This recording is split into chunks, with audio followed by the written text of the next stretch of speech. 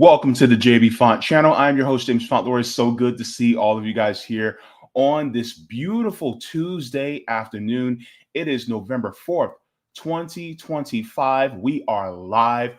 Welcome back to every single one of you joining me on this beautiful day. If you guys have not already, please go ahead and like the stream. That helps me out very much. Also, the Jaybefaunt channel is part of Revolutionary Blackout Network, so you can find me there on Thursdays for the Savvy and JB Show and Sundays for the JB Show. If you guys have not already, also go ahead, not only like the stream, but also subscribe to my Substack. You guys can do that at jaybefaunt.substack.com. Gives you email notification whenever I go live, upload clips, or write any articles. So you guys have that there. And also, have you guys ever wondered my thoughts on a video that you guys want me to react to, or you have a question you want to hear me video react to your question? Go ahead and do it through QBounty at qbounty.com/Jaybefaunt. So you have that there. So thank you very much for that in advance. Guys, we have a big show today to go over, and I am so glad to be with you on a day like today. There has been some interesting news that's been happening. It's going to be a newsworthy week as well. So thank you guys so very much for tuning in. We're going to say our hellos to some of the people in the chat, and then we are going to get into today's story. So while we're at it, we're going to start off strong. That's what we're going to do. We're going to start off with Edward, who says, "What's up, JB? Mamdani should win, but either way, he'll become another AOC. Please make sure to take the poll." This is a poll basically of your opinion, whether you live in New York City or whether you don't, whether you live in America or don't, it does not matter. I want your opinion on who will win the New York City race. So it's Mamdani will win by a landslide, or will it be Cuomo will win by a landslide, or Mamdani will win by a little bit, or Cuomo will win by a little bit? I wish I had a fifth option to say unsure, but I just wanted to see, like, engage with people's opinions about the race and see how it goes there, because I think there's a lot of people who are curious about this. And right now, the New York mayoral election is today. I'm not exactly sure. I think polls close around between 7 and 8 p.m. So we should know probably by 8 or 9 p.m. if they count the ballots fast enough for New York mayor. Now, I will say this. There will be a special stream tonight on Savvy Sabs if you guys would like to watch. They're going to be going over the election results for Zohran Mamdani. So I encourage you guys to watch that tonight, because the reason why I'm not going live tonight is because I don't want to conflict with other people who I am in community with in this space. I'm usually live at this time, so I don't really want to compete with them like that.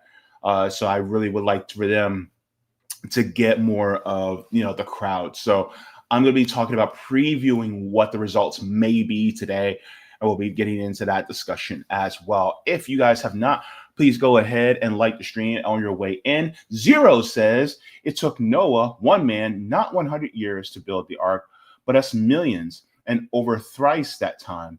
Cannot build one dignified and equal nation. Shame on humanity and all it has become." Woo, scathing words from Zero. But yeah, and this comes with consistency, man. That's what we have to do. It's kind of funny that you mentioned that, because I actually quoted scripture earlier today on Twitter, because a lot of times people think that because of our, a lot of people who are religious, especially Christian, will talk about that this is not all there is, that we have a paradise or a heaven coming. So therefore, it's like there's nothing we can do. We just let it be, and God will take care of it. And the thing is, like, but what if God takes care of it through you?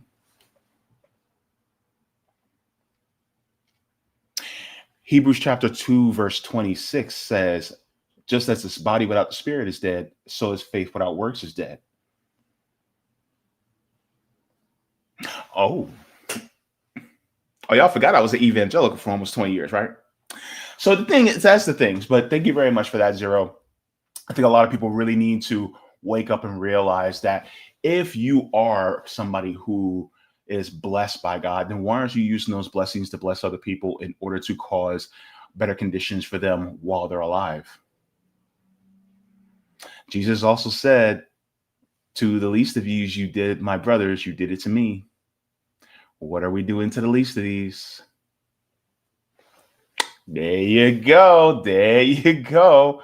All right, let's go into who else is in here. We have Terry saying, good afternoon, JB and comrades. Good to see you, Terry. Now we have Crumb coming in saying, Cheney is gone. Cheers, JB.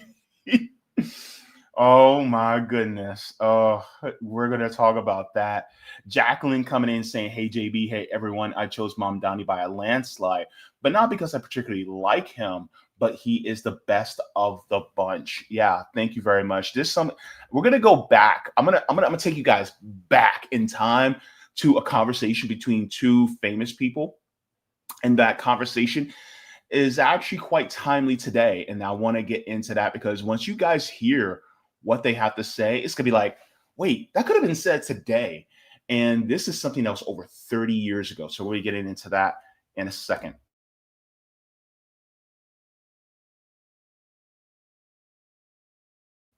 Excuse me. So we also have, let's do a couple more.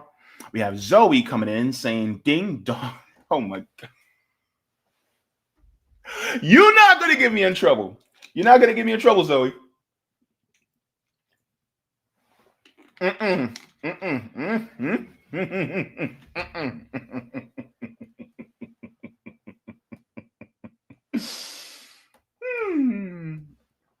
Love you, Zoe.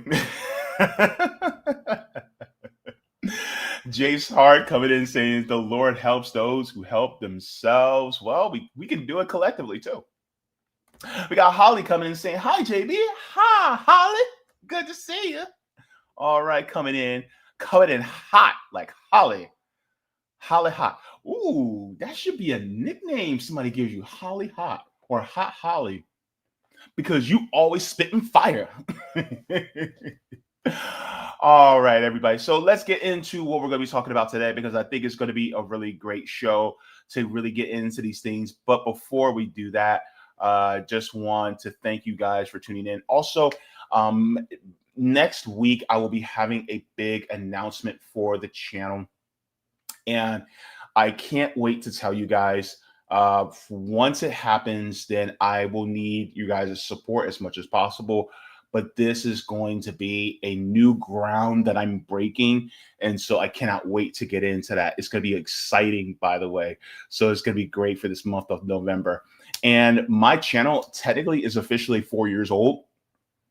And so it became 4 years old at the end of October. So it's time. It's time. All right, so let's go over the stories we're going to be talking about today. The thumbnail. Let's get into it. So later in the show today, we're going to be talking about the New York election day.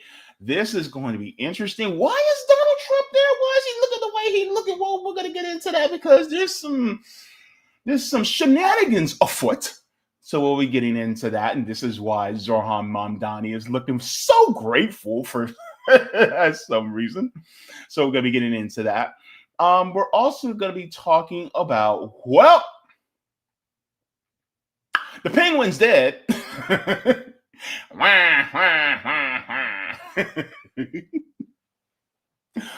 I'm sorry, but I just cannot look at him without thinking about the penguin from Adam West Batman. Baby!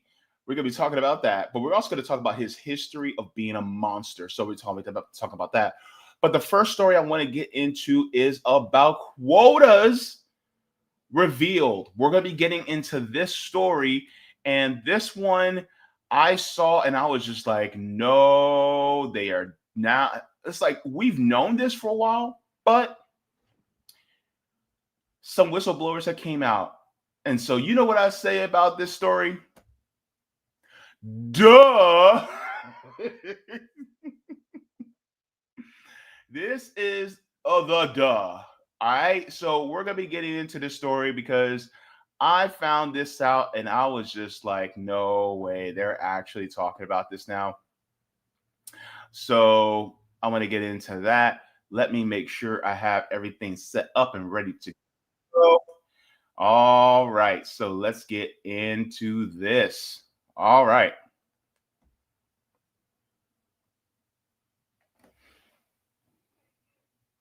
You know them police officers. You know, especially at the end of the month, man, they always trying to pull somebody over because they got a quota they got to meet. Have you ever heard that? One of the things we're going to do is we're actually going to be talking about this news report that just came out with whistleblowers talking about how they were how as former state troopers, they had to fulfill a quota in order to be able to essentially keep their jobs or maintain a decent performance as police officers. And so a lot of us have been talking about this for years. We've heard this. And so is anybody really surprised about this? I'm not, but I think that it is great that we have people that are speaking out about this. Whistleblowers are extremely important, especially when it comes to our different institutions in this country. Whistleblowers have actually blown the whistle on so many different things. You have Daniel Hale, you have John Kiriakou, you have Edward Snowden. You have so many different people who blew the whistle on things that we need to know as a nation. Well, this gives us confirmation of what we already knew. Let's get into this because I think this story is pretty big. And I think more people should know about this, and we should be looking into this in every state. This takes place in Tennessee. Let's continue to look at this. So let me make sure it starts on time. All right, let's go. This is corruption. We're ruining people's lives. We're being forced to ruin people's lives.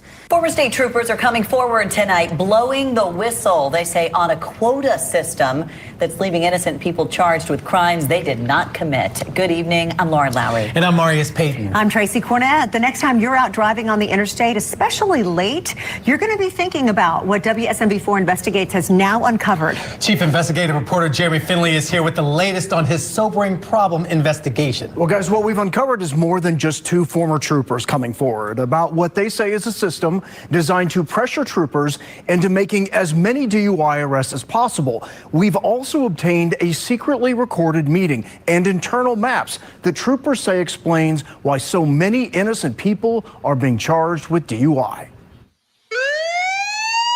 We've told you about Thomas Manis's arrest and Stephanie Fair's and Candace Slade's and all the other people arrested for DUI by state troopers when they were completely sober. But we've never heard from any of the troopers who've arrested sober people for DUI until now. This is corruption. We're ruining people's lives. We're being forced to ruin people's lives.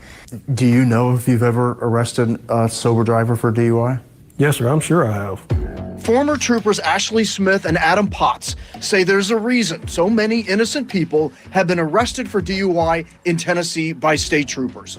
A reason, they say, revealed in these internal maps and recorded audio from a troopers meeting in Chattanooga.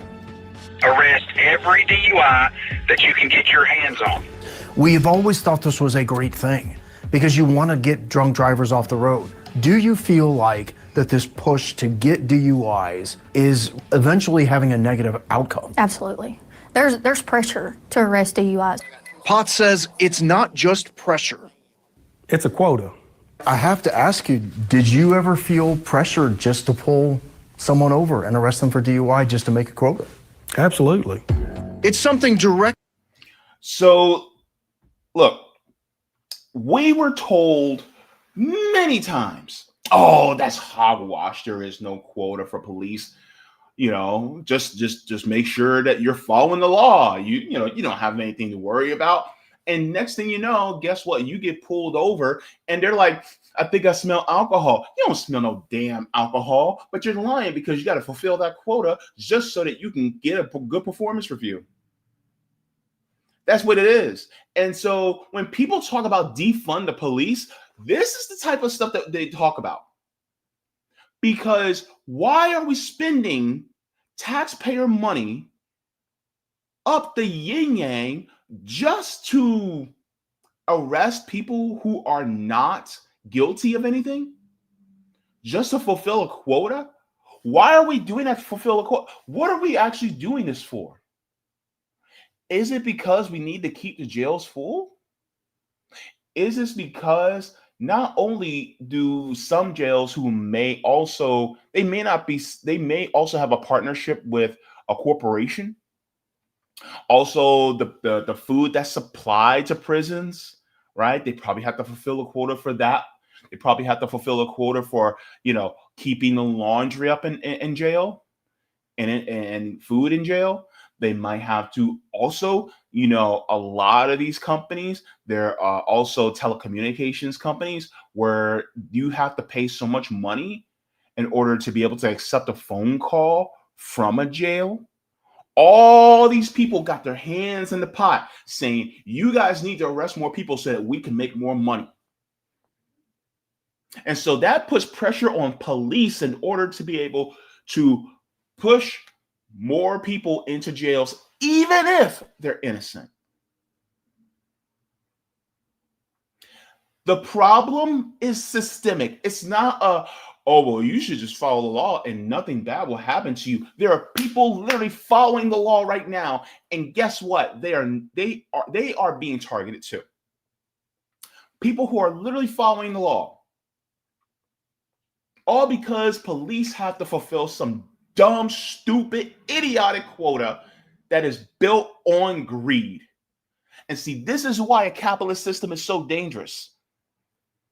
Because the rule of law goes out the window when profits are involved. When profits are needed, when profits are dominant, when it's profits over people, that means that even if you're following the rule of law, you still get shafted anyway. And so this is one of the biggest issues that we see right now, especially within policing today. And policing has always been this bad. But now it's starting to affect more people who you wouldn't think get targeted like this. So now it's more working class white people that are getting targeted like this, when in reality, because guess what? They already have a target on our backs, but you know who needs more money? You know who needs more profits for their shareholders? The companies that either feed the prisoners in jail, the inmates in jail, the companies that do the laundry, that provide some of the laundry services, the companies that also do the phones, the companies that also provide for the commissaries, right? And guess what? Guess what happens when you go to the commissary? What is it? It's stuff from Nabisco. It's stuff from PepsiCo and Frito-Lay. It's stuff from all these different food companies that supply, guess what?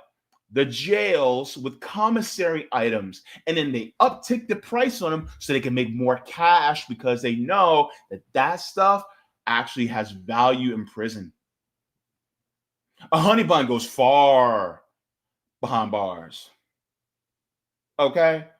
A cup of noodles goes far behind bars. Cigarettes go far behind bars. Why? Because that's the currency that they have. You think about these food companies that provide commissary, they're like banks in prison. And so, of course, the more inmates in jail you have, the more inmates in prisons you have, then that means the more money they make. And so who has to pressure them in order to bring more people into these jails? The cops, the state troopers, right? And so this is why there's a lot of pressure, because they want that government money. That government money is long. Even if it's not the federal government, that government money is long, baby. Because we always talk about contractors, military contractors with the federal government. But what about contractors with state government? What about contractors with municipal government? What are they doing? Because we have military contractors that make buckets and buckets of money off of us, off of our federal dollars, when it comes to federally. But what about states? What about municipalities? Yeah, they can't print their own money. They're currency users instead of currency issuers, but they still got a ton of currency. And then they can lobby either state representatives or state senates, or they can lobby, city councils and county commissioners. They can lobby them in order to be able to get more funds for those sectors that they typically suck more money out of by abusing you and me. And this is something that a lot of people don't think about. It's all tied within the capitalist system because the CEOs and the people at the top need to get more and more because they can't just get enough just from us black people no more. And this is also one of the reasons why they're upping the amount of people that they're trying to detain through immigration too. Because guess who makes money off of these detention centers? Those companies. But guess what? There's not enough of them either, because the more they deport, guess what? The less people there are to arrest. So guess who they're coming after next? They're coming after Scott. They're coming after Taylor.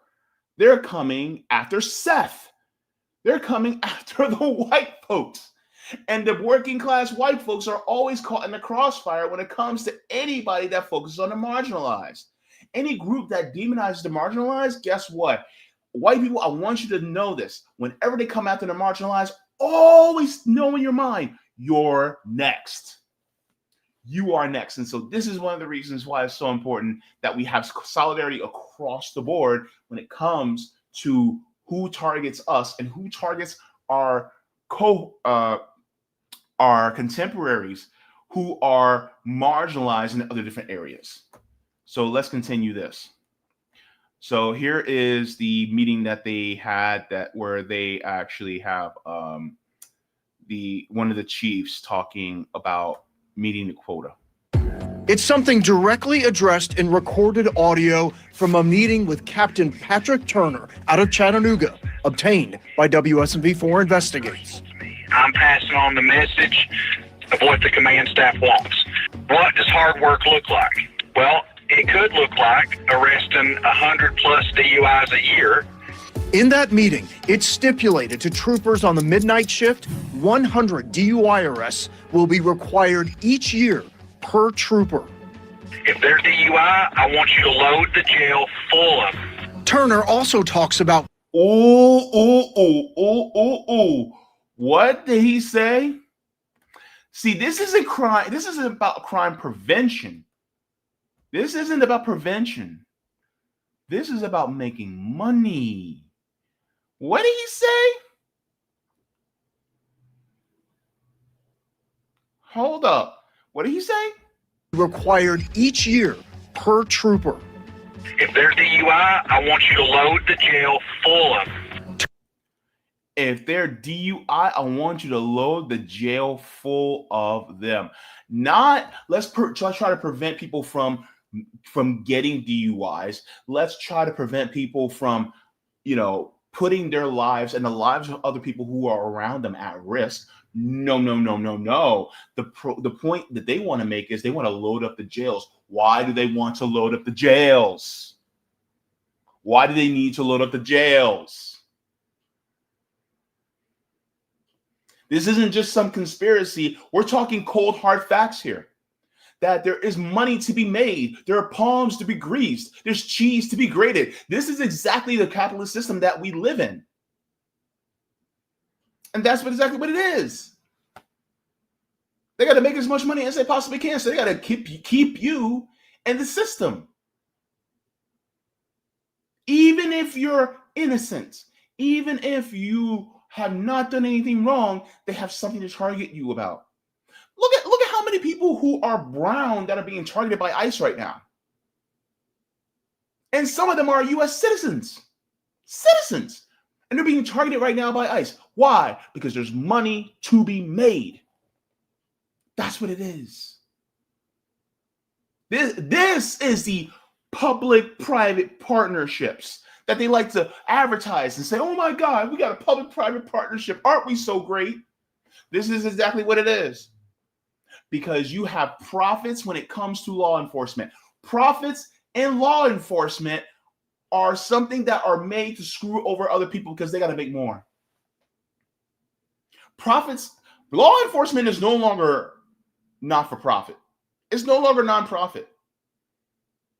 Because as long as you have that public-private partnership, then guess what? It is a for-profit business. Meaning police are working for corporations indirectly by proxy in order to be able to get more money for the shareholders. This is why they get scared when we talk about defund the police. Let's continue on. Turner also talks about consequences when it comes to how many DUI arrests are made, as well as contacts, meaning drivers pulled over each shift. You turn in 33 DUIs per year and 1.7 contacts, you're going to get spanked. But despite what you just heard, What does that spanking mean? Fire Marshal Bill is getting a little freaky there. But here's the thing. That means that there's punishment. That means there's retribution for not making as many DUI arrests as you can. Even if it means coming after people who are innocent, who are not driving under the influence. And why are we funding them?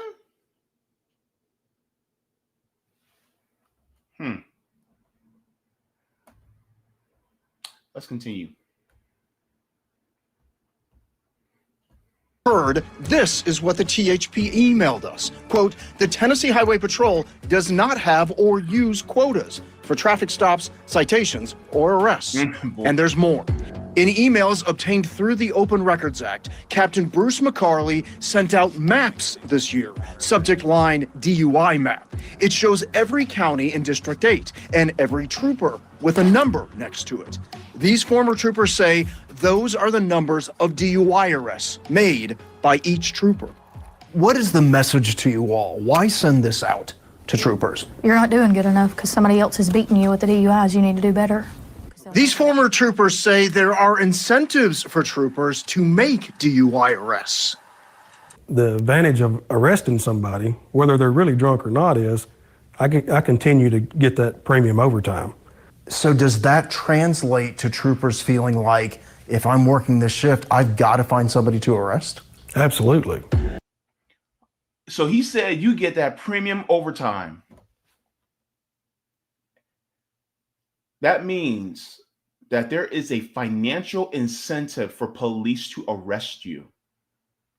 That's why if you are being arrested, they're going to do it anyway because that means there's more money for them. So whose palms are being greased? You have the police, you have their chiefs, right? The lieutenants, the chiefs, everybody, the captains. Then on top of that, you got the corporations that are in line for the jails that make money off of people being incarcerated. And so this is why they want to arrest you, because they have a financial incentive to do so, including the cops, even if you're innocent. Why in the world do you think they escalate? It gives them a reason to get more hours on the clock so they can make more money off of your ass. And so when we talk about defund the police, guess what that also means? That means cutting their hours, which is why they don't like it. Even though if we were to defund them, it would go towards programs that actually cut poverty, which is directly linked to crime. You see, the less impoverished people are, the less crime goes down in a commensurate rate, and there's less crime being committed. So therefore, the necessity of police goes where? Down. And guess what? That means firings, hours cut. They can't command that. Look, if I have a job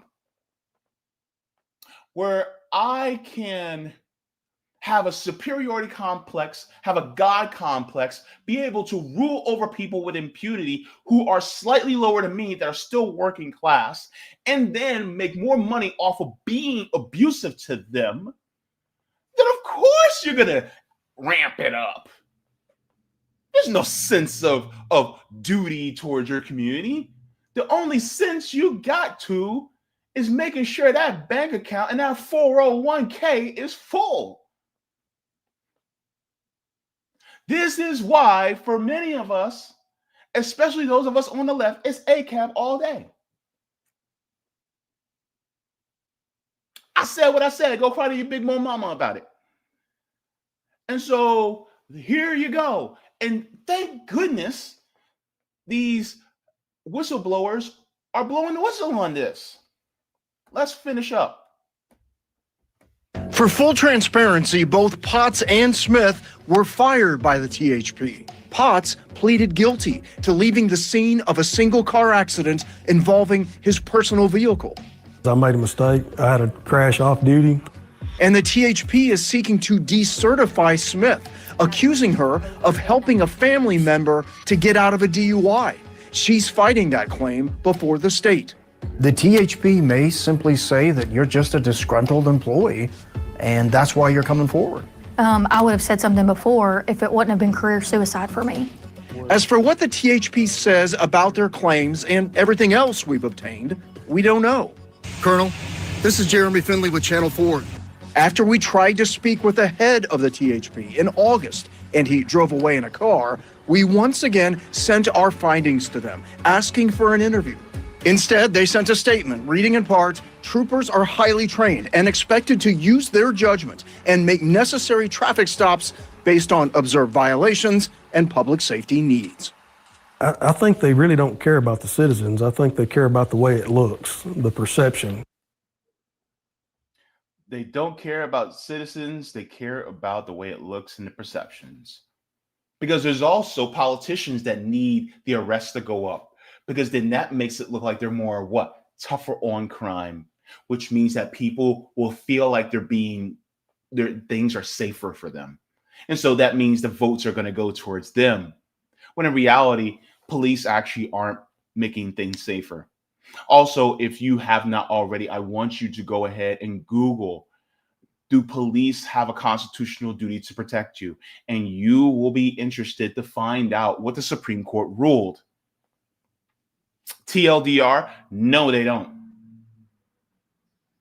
And so this is no different than the pressure that those of us who are in sales feel to meet quotas at the end of the month. You see, closer towards the end of the month, the pressure is on. The managers are on your back to make sure you meet those sales quotas. If not, then you're out. And so some of those people who are salespeople, guess what? They get a little bit more brash, a little bit more obnoxious. They get a little bit more in your face and pushing you to buy because they got to make that quota by a certain date in order so that they can either make their money go a little bit more higher and or they won't get fired for not making the quota. And so guess what? They do the same thing with police. It's not about law enforcement.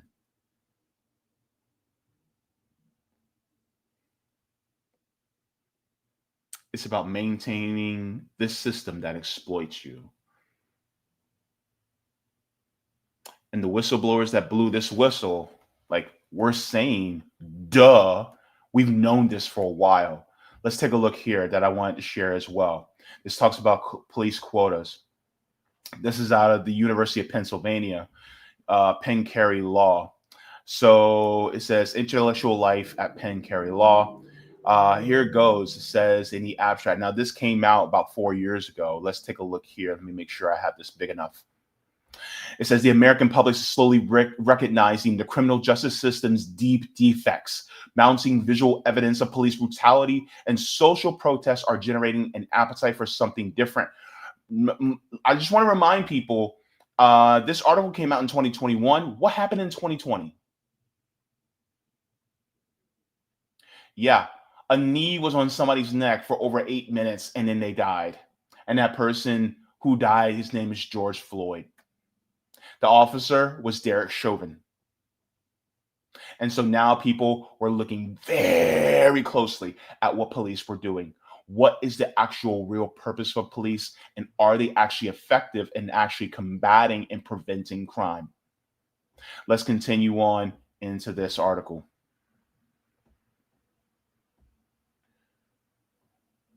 It says people across the political spectrum vary in their conceptions of the pressing problems and how to solve them. Interestingly, there is one consequential and overlooked area of the criminal justice system where there's broad consensus: police quotas. Because police quotas are formal and informal measures that require police officers to issue a particular number of citations or make a certain number of arrests.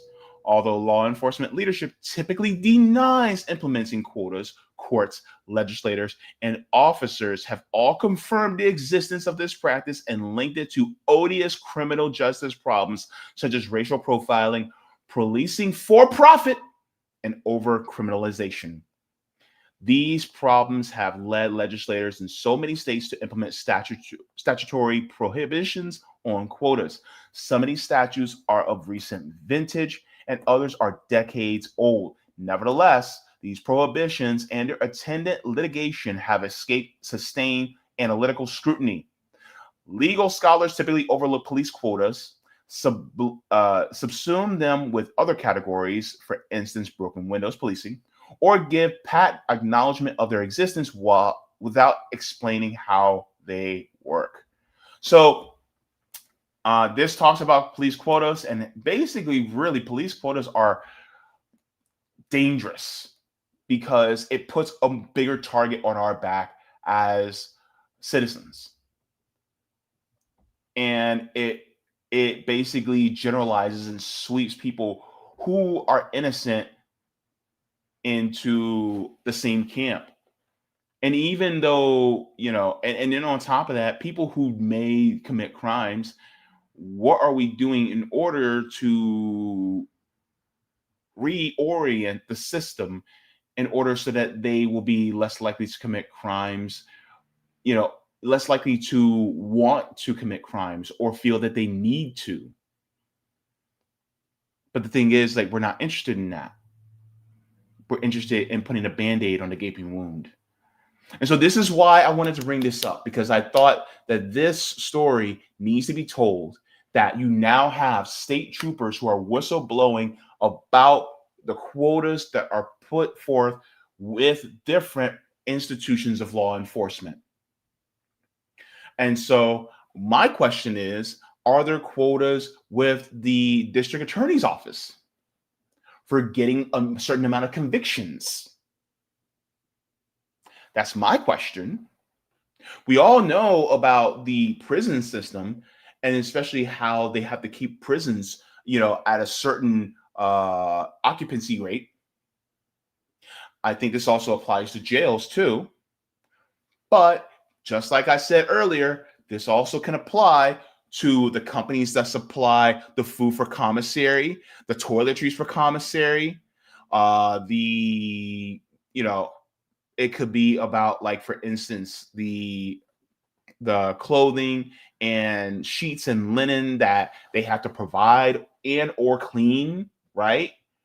For instance, could some of these big corporations that provide laundry detergent, the more people you have incarcerated in jail, the more laundry detergent you're going to use in order to be able to wash all those uniforms, to wash those beds and sheets, right? You got to think about it. Or the people who create the jumpsuits and the uniforms for inmates, right? The people who create the shoes and the slides for inmates to use. All this stuff got money involved. Everything. Palms need to be greased. And so this is the problem with private-public partnerships. And so I want us to think more deeply about what goes into the system. So, do police have quotas that they have to meet? Duh. But this means that we also now have to change the system and create a brand new system where real public safety is tied to protection of the people and not profits.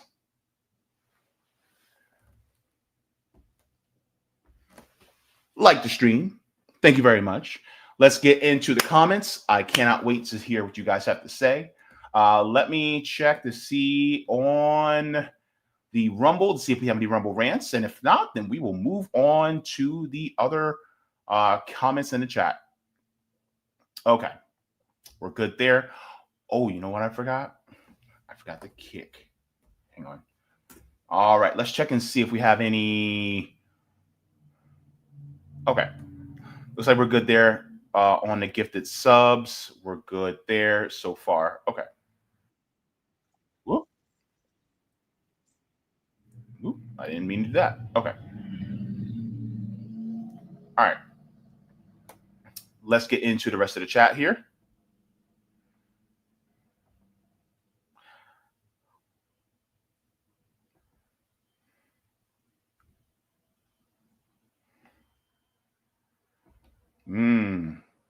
Okay.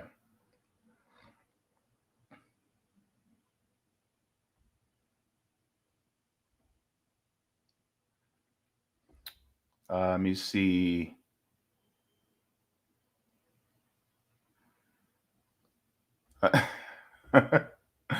Crom said he's more of Darth Sidious talking about Dick Cheney. Yeah, we'll be getting into him in a little bit.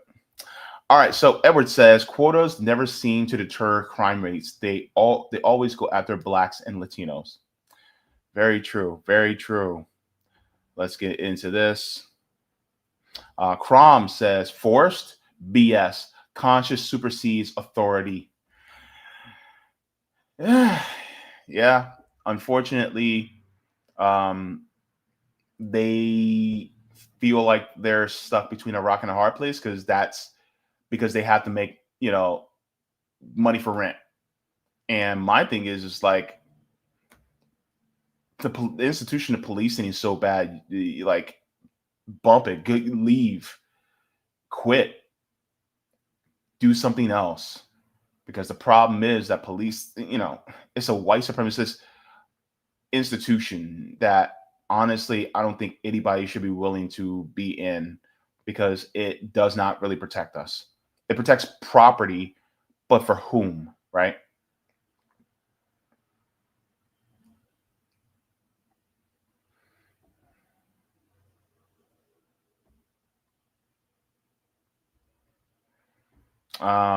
Zero says, yeah, tell that ish to immigrant children and tell us just follow the law. Jacqueline says they don't use breathalyzers in Tennessee. Also, I thought under Amendment 13, they could only make convicted felons work.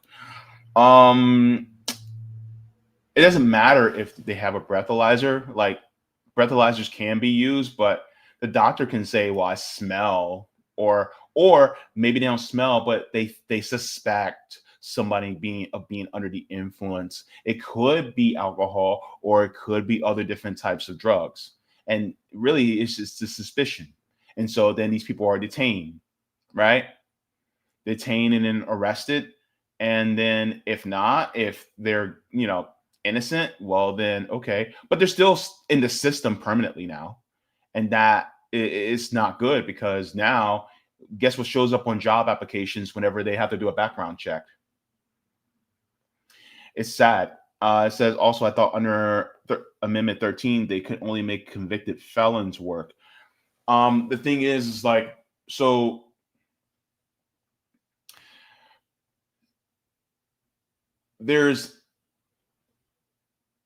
how can I put it? There is a portion of people that are coerced into working that they'll say, well, you don't have to, but then they make, life and the process much harder for you if you don't do the work. So yeah, that's the problem here in the United States. Let me see.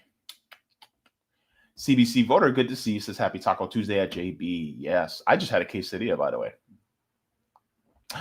All right. Rondo says DUI charge every 3 days per operative.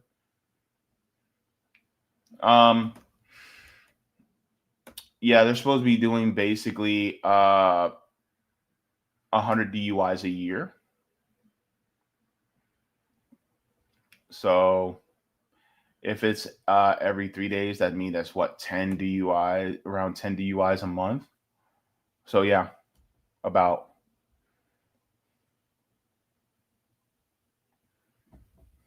Let me see. Check to see if we have anybody else. Let me see.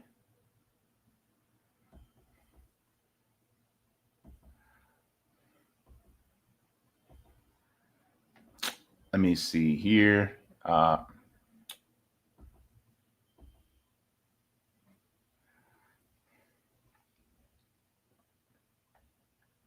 non-user said, LOL, Dick Cheney is dead. Soon people can start pooping on his grave.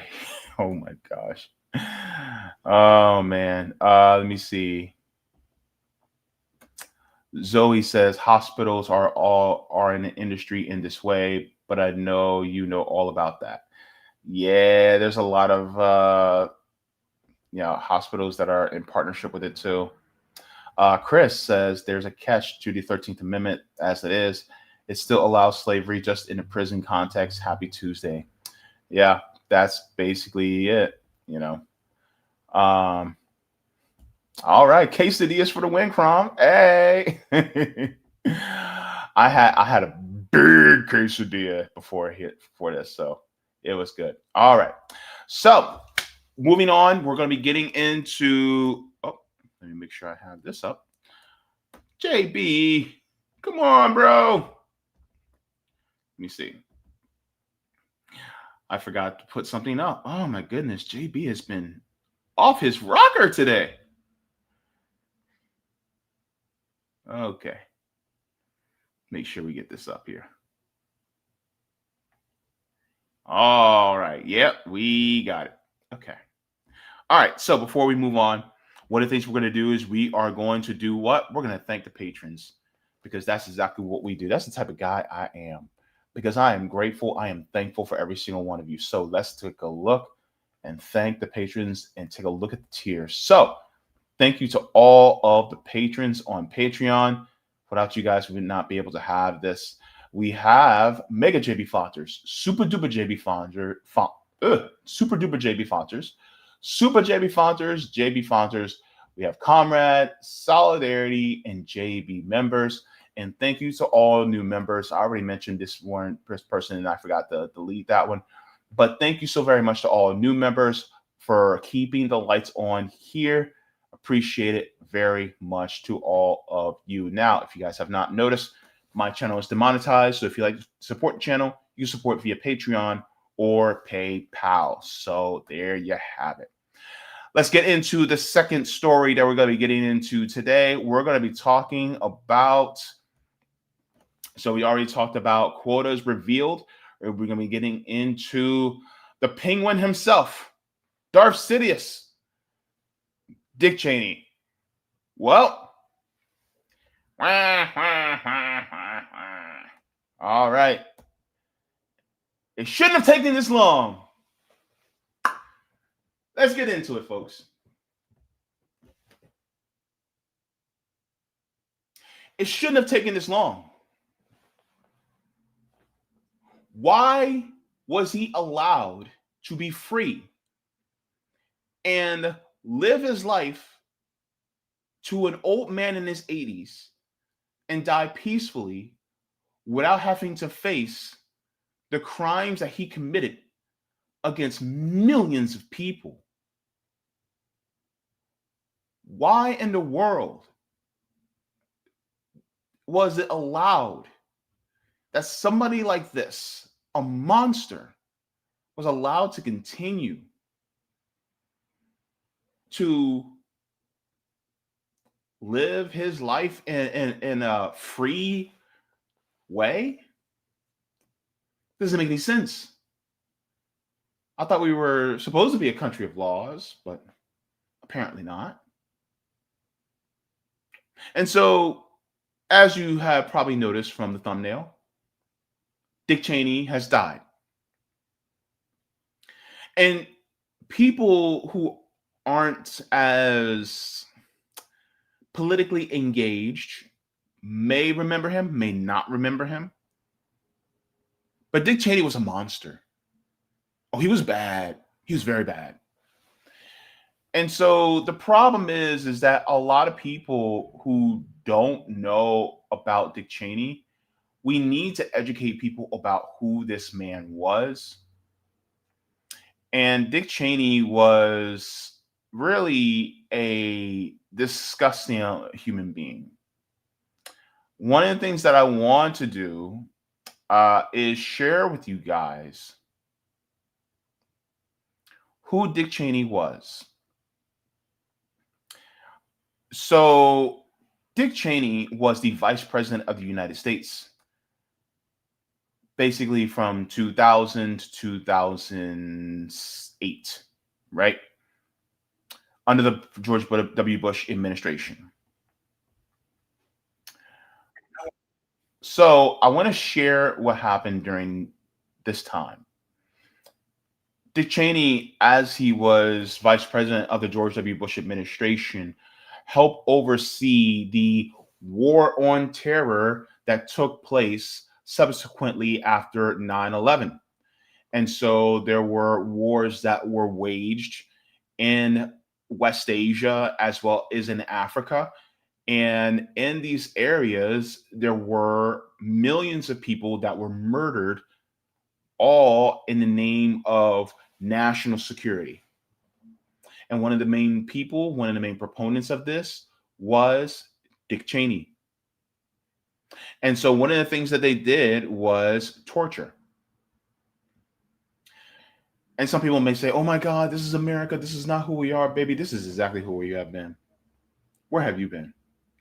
In a nation where it has carried out genocide and chattel slavery, are you surprised that this nation has also done torture? Who defended it? Dick Cheney. Let's get into this right now. I want to share this report is from 10 years ago. Let's get into this.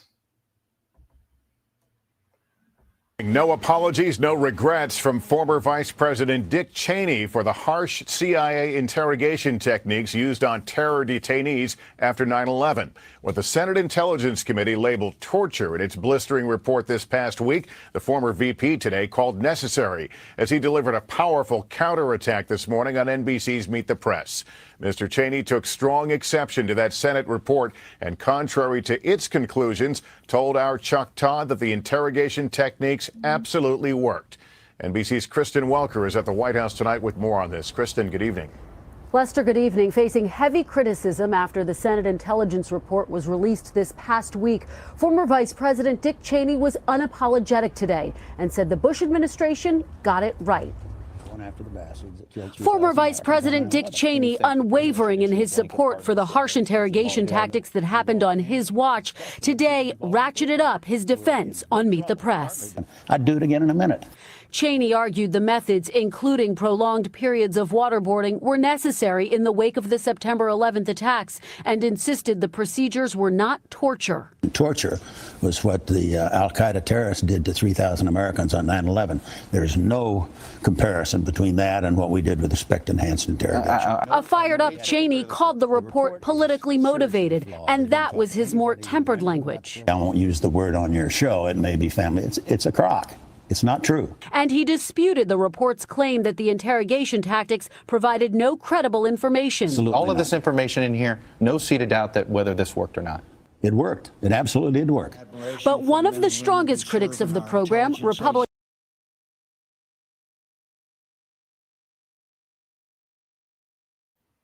Let me go back to what Dick Cheney has said here, because I want to get into this, because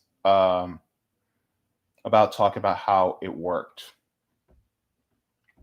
All of this information in here, no seed of doubt that whether this worked or not. It worked. It absolutely did work. But one of So he says that the torture programs work. Well, studies have actually shown, and have actually came out about this, that the torture used in order to be able to get information for intelligence actually doesn't work. This has been verifiable by many different sources that torture actually doesn't work when it comes to getting information for intelligence agencies. So therefore, Dick Cheney is a dog-faced pony, dog-faced pony soldier, lying dog-faced pony soldier, something that, what's his name? Joe Biden said. I think it was dog-faced pony, lying dog-faced pony soldier, whatever it is. But anyways, Dick Cheney was lying to every single one of us. And so defending torture shows how vile of a person somebody like this is.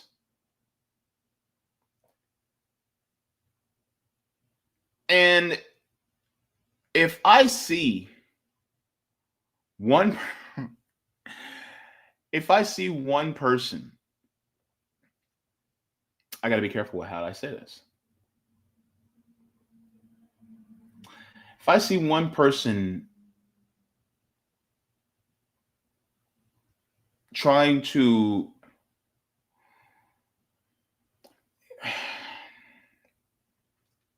make light of what type of person Dick Cheney was,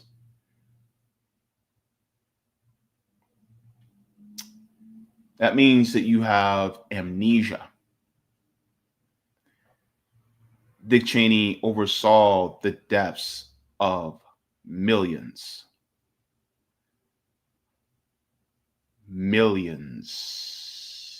of people. Dick Cheney was not a good man. Back then, during the Bush administration and post-Bush administration, especially in the early parts of the Obama years, many people who were liberals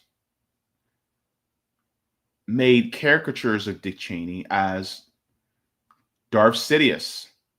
Basically, they made caricatures of him being this really evil villain behind the scenes because of the things that he's done. The funny thing is, I don't hear much from them now that he has died. I don't see any signs of relief. I don't hear anybody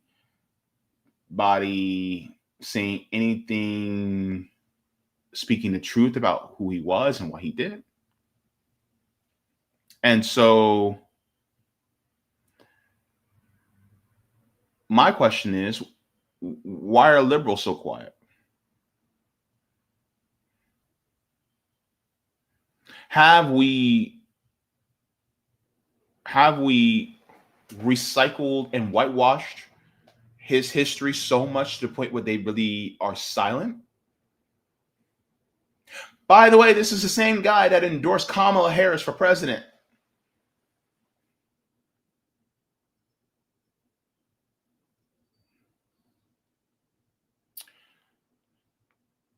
And a lot of people who were liberal accepted it. A man that tortured and had a hand in murdering over 1 million people. And you mean to tell me that you're clapping because a monster endorsed your favorite? Yes, queen. Wow. Delusions of grandeur. Let's continue on.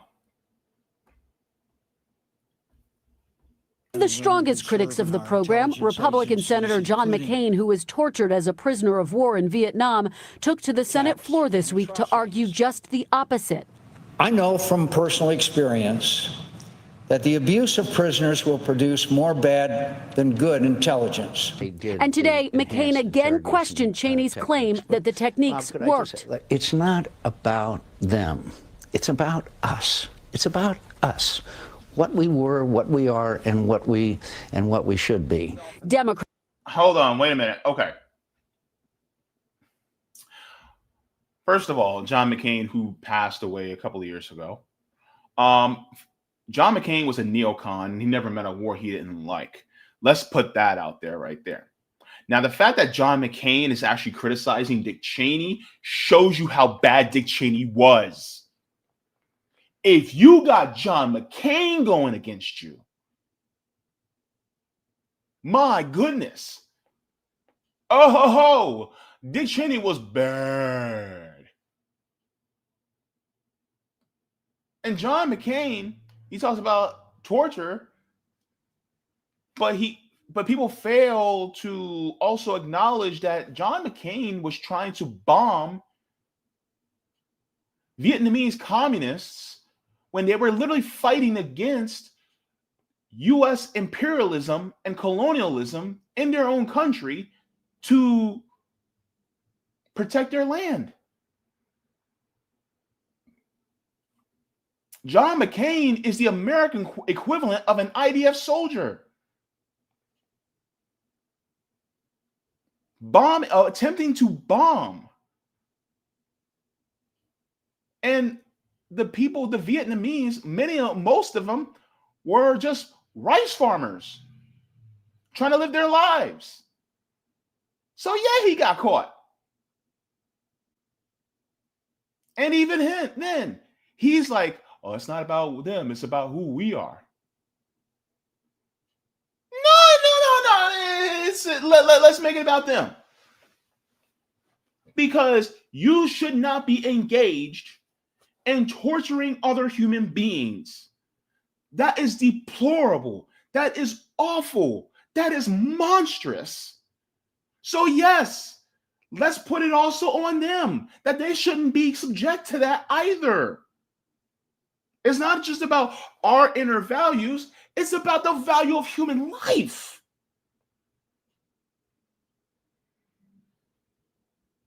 And this is who Dick Cheney was.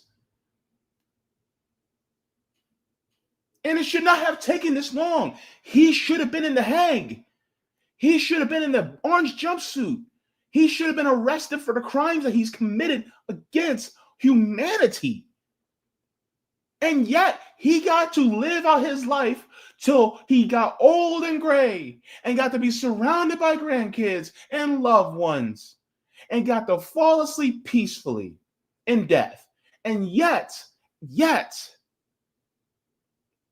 what judgment has been brought to bear against him among the living or surviving or the people who were victimized by losing their loved ones to him?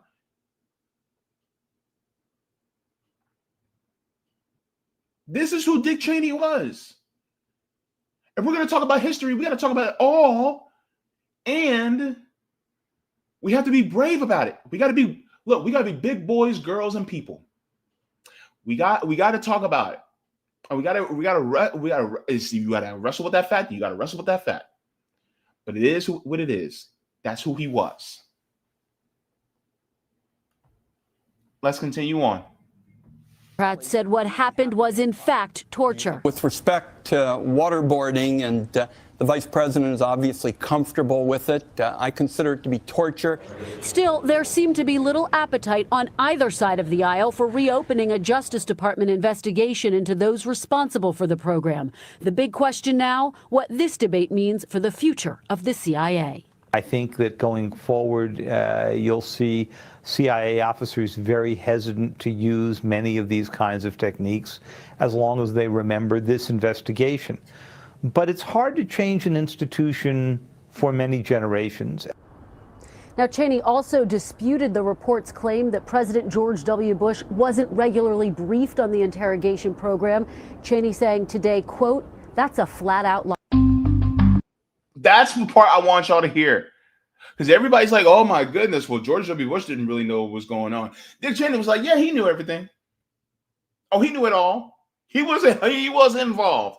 So anybody who talks about, oh my God, George W. Bush, because back in the day, George W. Bush was insulted for his intelligence because everybody was like, oh, well, he's not that bright. No, George W. Bush knew exactly what the hell he was doing. He knew what he was doing when he picked Dick Cheney to be his VP. He knew what Dick Cheney was doing while he was president.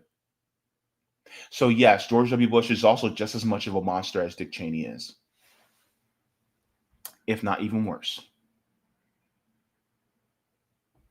And so this is why we have to come to terms with who Dick Cheney was. Dick Cheney was a vile human being that oversaw the torture of millions. And he wasn't just a vile politician. He was also a businessman that made money off the deaths of people. Let's get into this because I think this is also really important. We also got to know about Halliburton and what that is and why it's so important and how it's connected to Dick Cheney. Let's go. Congressional critics are questioning whether Dick Cheney helped Halliburton get billions. The FBI has revealed it is expanding its investigation into how Halliburton Company billed taxpayers for its contract work in Iraq. And it now appears some of those contracts were awarded with the knowledge and approval of the vice president's office, which would seem to contradict his previous statements. I have absolutely no influence of, involvement of, knowledge of, in any way, shape, or form of contracts.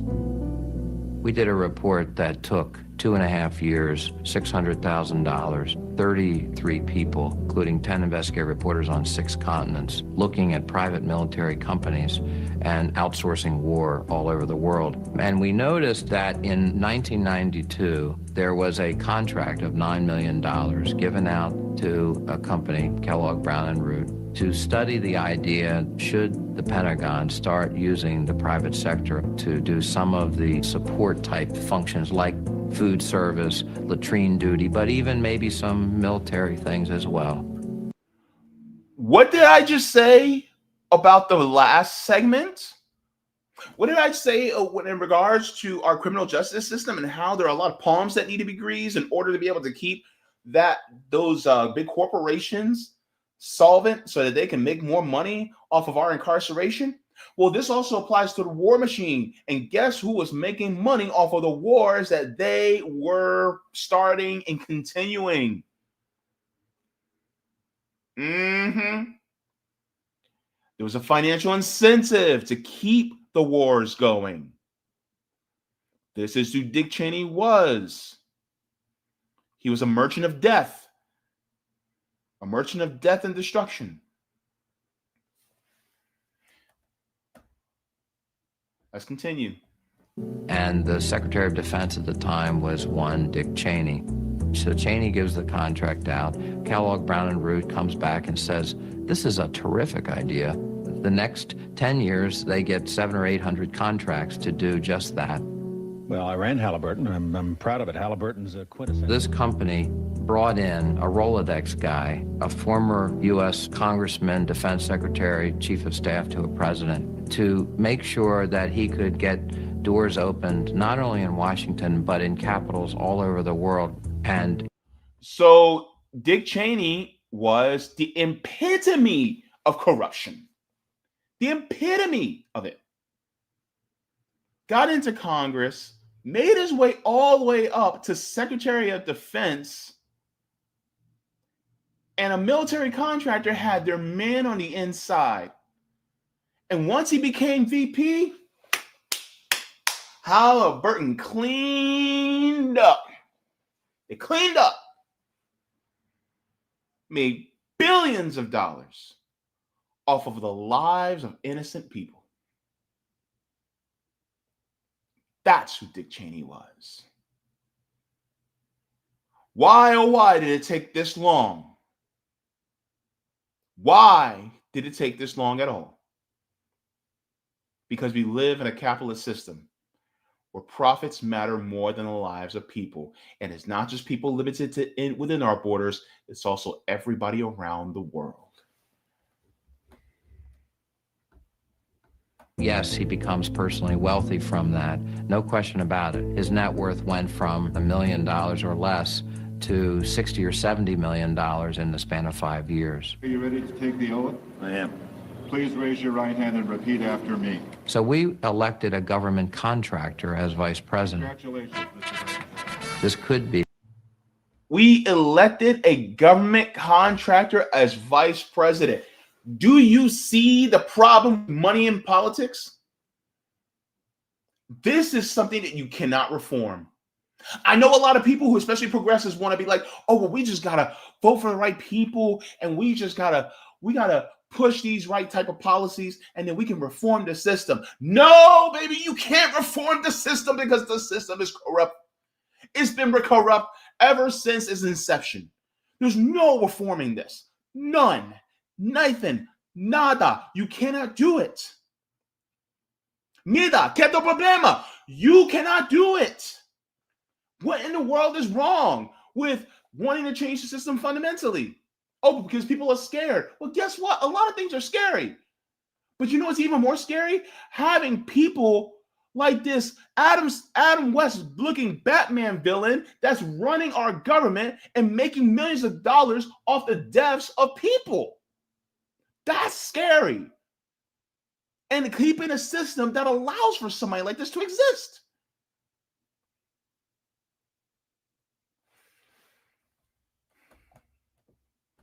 How did it take this long?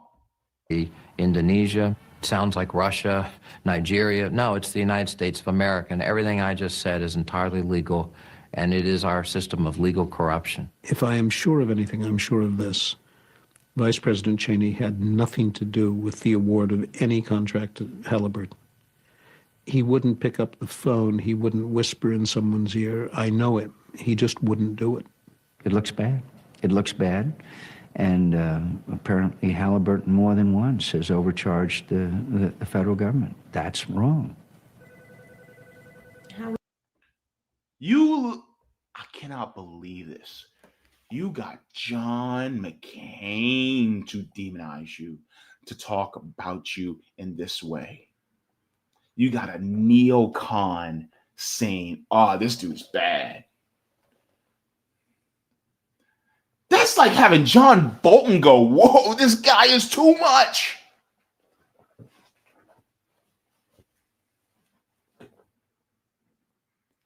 Isn't that wild?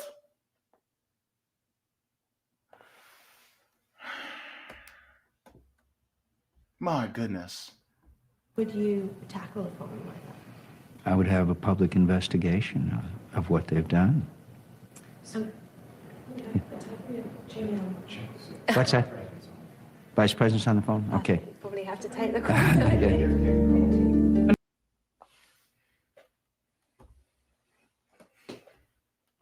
By the way, Dick Cheney was a Republican, just like John McCain. That was his party.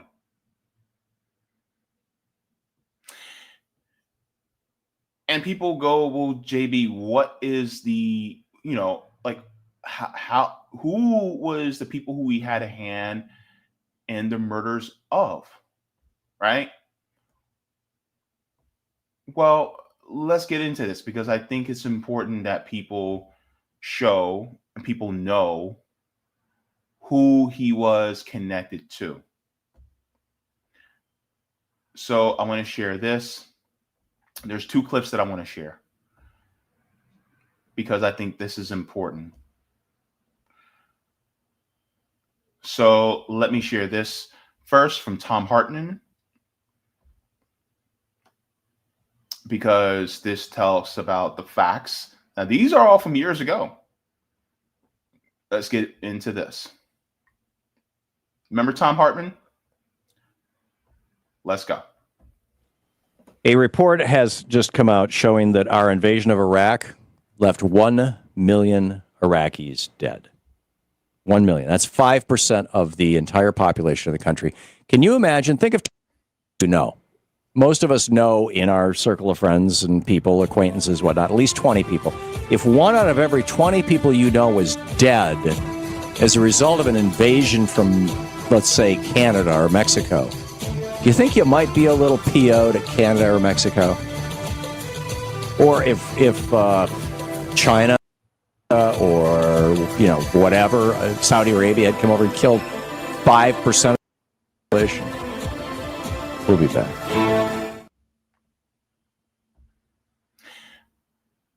1 million Iraqis. We're not talking about just Somalia. We're not including Somalia. We're not including Yemen. We're not including Kuwait. We're not including Palestine, Syria, Lebanon, Jordan, Egypt.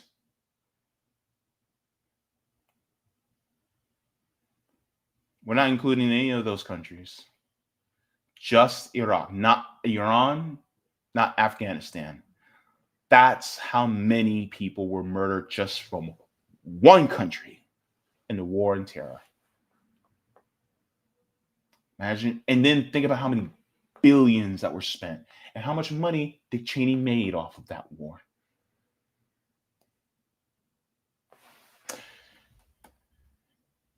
There were appropriately veterans that were pissed at this. So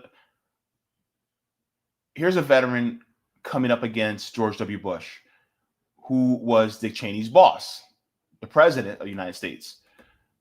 And so the Bush-Cheney administration really had a hand in all of this. So let's take a look at this. And we shall, and this is from Empire Files. So let's take a look at this.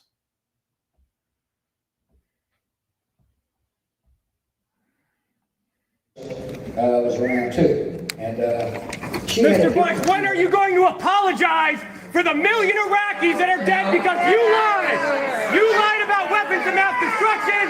You lied about connections to 9/11. You lied about Iraq being a threat. You sent me to Iraq. You sent me to Iraq in 2003. My friends are dead. Joshua Castile. You killed people. You lied. You lied about WMD. 1 million Iraqis are dead because you lied. My friends are dead because you lied. You need to apologize. Apologize. You need to apologize. Apologize. Apologize. Are you with this gentleman? No. Health insurance and code. What just? So before we continue, that was Mike Preissner. And this is important because people like Dick Cheney and George W. Bush don't deserve peace because they were not purveyors of peace for millions of people. And the fact that Dick Cheney got to pass away, got to expire peacefully, is really it shows how deplorable this system is, that will allow somebody like that to not face any type of justice whatsoever.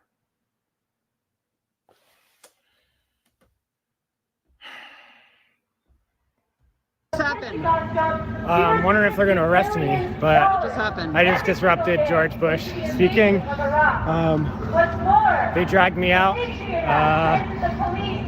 I guess the cops are not after me, so I guess they're not arresting running, me. but yeah. Well, what I did was I tried to read the names of friends of mine who died after going to Iraq and then died of injuries they came home with. The names of Iraqis who were killed by the U.S. occupation in the Nice Square Massacre, Editha, those you saw in the collateral murder video. I tried to read the names, but the event runners immediately grabbed the list and tore it up. But I was able to shut it down for a little while, right when Bush was getting into his first little cheesy story about his life and all that, trying to be funny. But so hopefully I shook him and set a tone for the event. The crowd was very mad. Typical crowd you would expect for George W. Bush, but they seem to not be expecting it at all. And here we are. So tried not to give him a little moment of peace because no one else gets it who was touched by the war. Says outside the venue was an Arrest Bush Now protest organized by the Answer Coalition.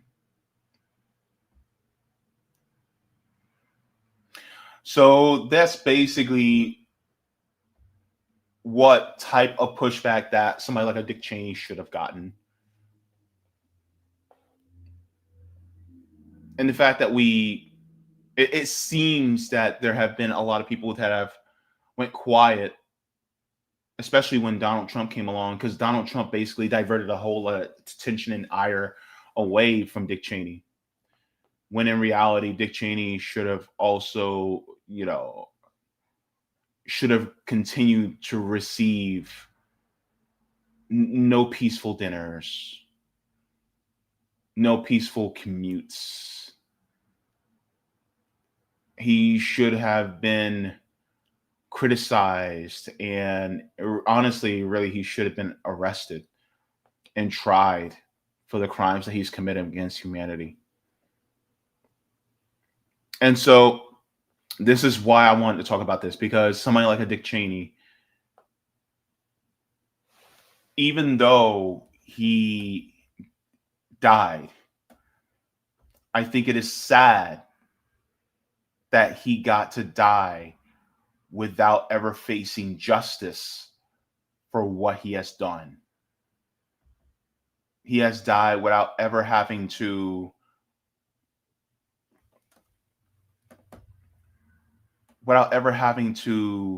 face the people for what he has done.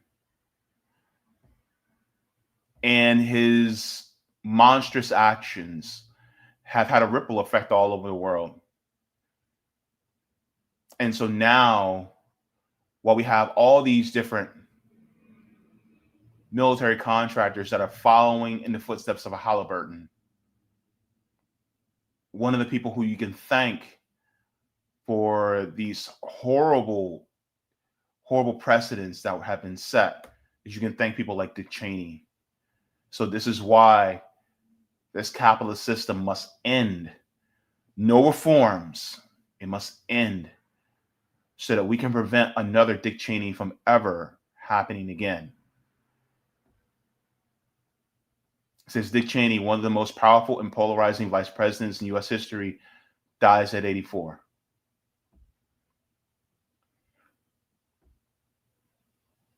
A monster is gone.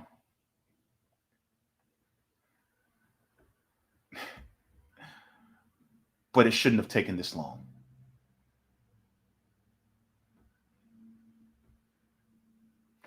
Go ahead and give a like to the stream, everybody. Thank you so very much. We'll get into the final story in a second after we go over the chats. We're going to go over, see if we have any Rumble rants or any gifted subs. If not, then we will continue.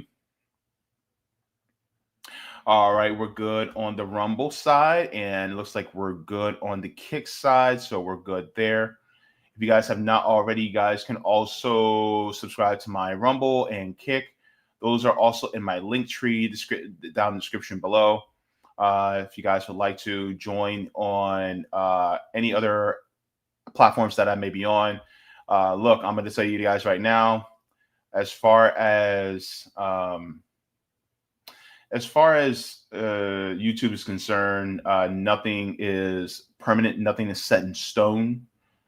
So, things can happen tomorrow. So please make sure to be subscribed to me on these other platforms as well, whether it be on Rumble or Kick. Also, if you guys have not already, go ahead and sign up to be part of the email list for Substack, so that you guys can get the email notifications whenever I upload any type of content whatsoever. You guys have that as well.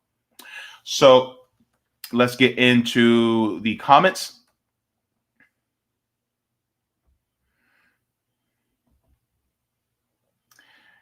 I know you guys got a lot to say on this one because everybody was like, what? Dick Cheney? He's gone? All right, so let's go into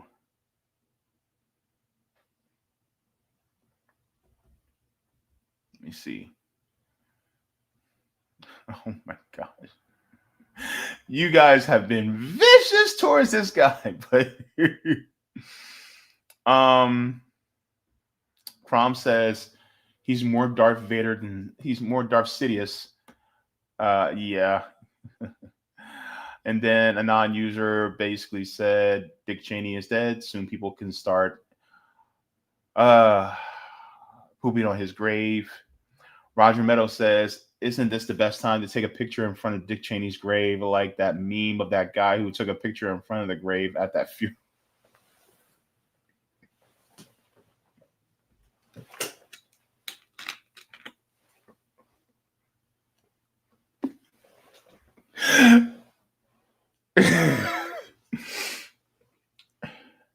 No comment.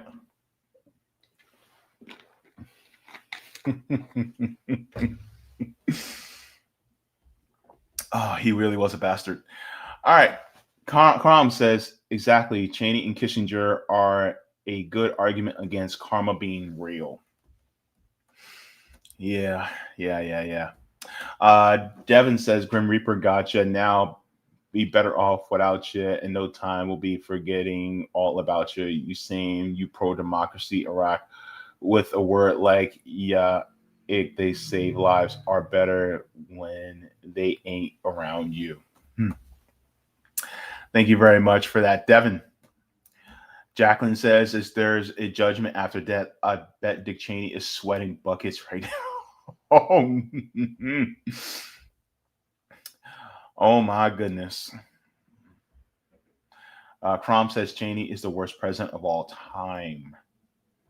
My gosh. Chris says, I guess two wrongs make a right to Dick. Hey, Justin, good to see you. You said, I felt the same way when Pinochet died. Yeah, Augusto Pinochet, horrible human being. Horrible. He was installed by the United States in Chile. All because they didn't want a socialist leader named named Salvador Allende. So they install Augusto Pinochet. So yeah, it's crazy, man. Let me do a couple more. Yeah, Chris says waterboarding. I can never forget that. Yeah. Sean Miller says even his close friend took it to the face from that non-human. Oh yeah, I remember that shooting accident. Dick Cheney shot a dude in the face. I think it was like birdshot. So if anybody remembers, I'm not even going to say the comedian's name, but Dick Cheney, he peppered him nicely.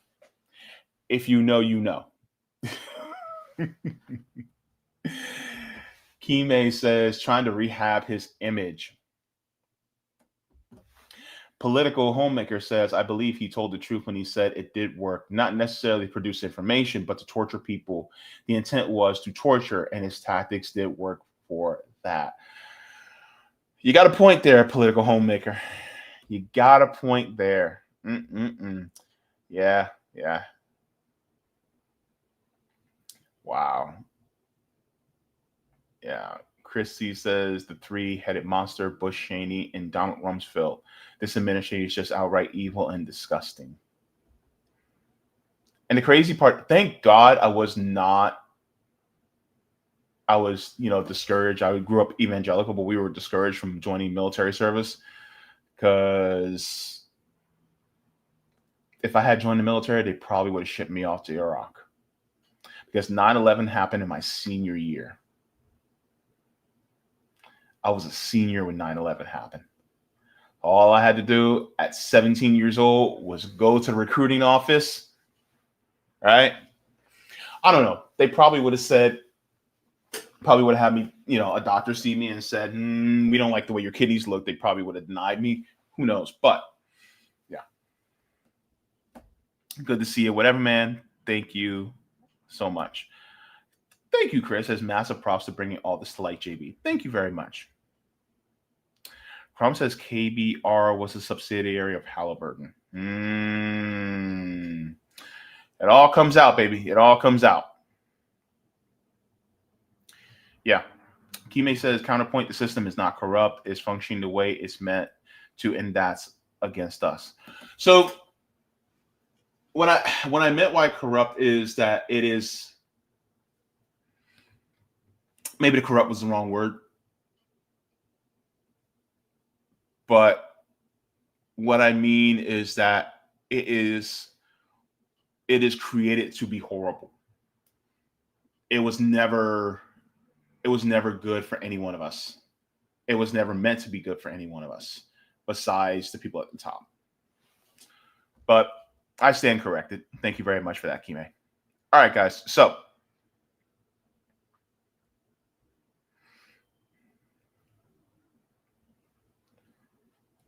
let's get into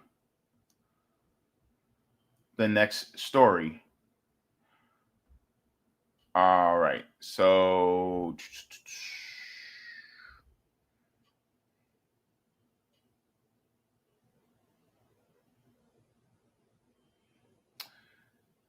all right. I forgot what I was doing there for a second. I'm getting old, y'all. All right, let me take this down. All right. Let me make sure I got everything ready.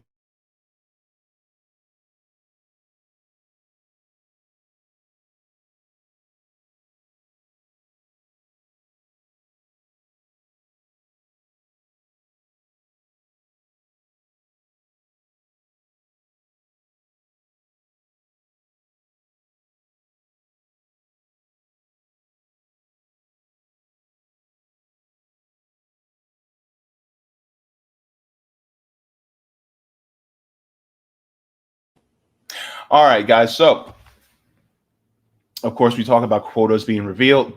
Then we talked about, well, Dick Cheney is gone.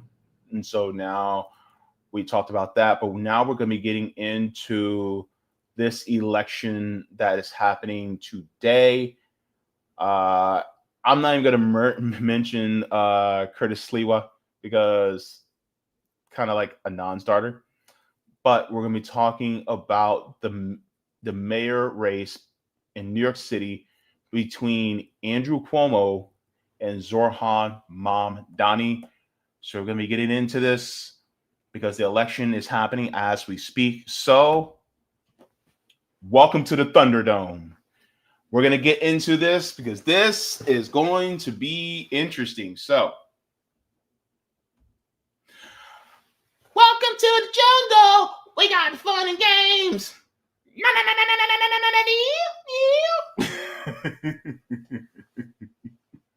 If you know, you know.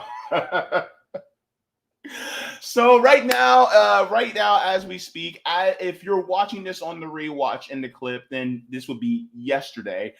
But the election for New York City mayor is going on as we speak, and so in about 3 or 4 hours or so, we will know who's gonna be the next mayor of New York City. And so we're gonna get into this. There was a particular interview that happened last night on MSNBC between Ari Melber and Zoran Mamdani, and there was some things that were said that I want to get into, and there's just some funny stuff that happened as well with Andrew Cuomo. We're going to get into all that in a little bit, but let me just share this and we will go over this right now. Let's get into it here. Joining me now is Zoran Mamdani, the Democratic nominee running for mayor of New York City. Thanks for being here. Well, it's a pleasure to be on. It's great to have you. You've campaigned on affordability for a long time. Let's take a look. When we all fight together on this issue of housing, we are in a fight for housing justice for every single New Yorker. From 2021 to 2022, the rents went up 34%. We're committed to freezing the rent for the more than 2 million rent-stabilized tenants. It's the wait that is often costing so much to actually build the housing we need in this city. Why has this always been a priority for you, and is it connecting? You know, I think first I want to just apologize for the mustache that you showed in that hypercut. It's just a horrific decision that I made then, and one that I am not looking to repeat. Housing continues to be the number one cost that's pushing New Yorkers out of this city. I used to be a foreclosure prevention housing counselor. I'd work with homeowners struggling to stay in their homes, and I found that this wasn't just an issue for tenants. It was also for homeowners who were facing the possibility of delinquency on their mortgage because they were on the precipice of not being able to make ends meet. And that was the case when I was a counselor, it was the case when I was an assembly member. It continues to be the case now that I'm running to be the mayor. And it's the number one way that we can actually keep New Yorkers here is by ensuring that we bring down the cost of living specific to housing costs. You talk about... So let's stop here for a second, because one of the things I want to bring up, I think one of the biggest issues with a lot of Democrat politicians is they didn't follow the model that somebody like a Bernie Sanders followed. So, and I'm just putting on my political commentator and analytics hat, right? Whenever you asked Bernie Sanders, whether it was 2016 or 2020, about the issues facing America, it always would go back to economic issues, right? Of course, he would go in his spiel about, now, of course, I have my issues with, Bernie Sanders, especially being a sheep herd back into the Democratic Party. I have my issues with him really just, tap dancing for Zionists and not really fully going against them. I have my issues of him not actually pushing Black issues on top of, only just basically doing universal issues, but he's not tailoring certain issues to different groups or also disenfranchised, whatever. I have my issues there. But one thing that he did do was that he stayed on message when it came to universal policies. And so if you asked him about what's wrong with this system, he'll talk about, Medicare for all, about how we are the only country in the developed world that actually does not issue health care as a right to all of its people. He'll talk about universal child care. He'll talk about, college, needing to be tuition free because of, the cost of education being too high. He talks about, the people deserving living wage, right? He talks about, at the time, it was $15 an hour. It needs to be much higher now, but he talked about these things.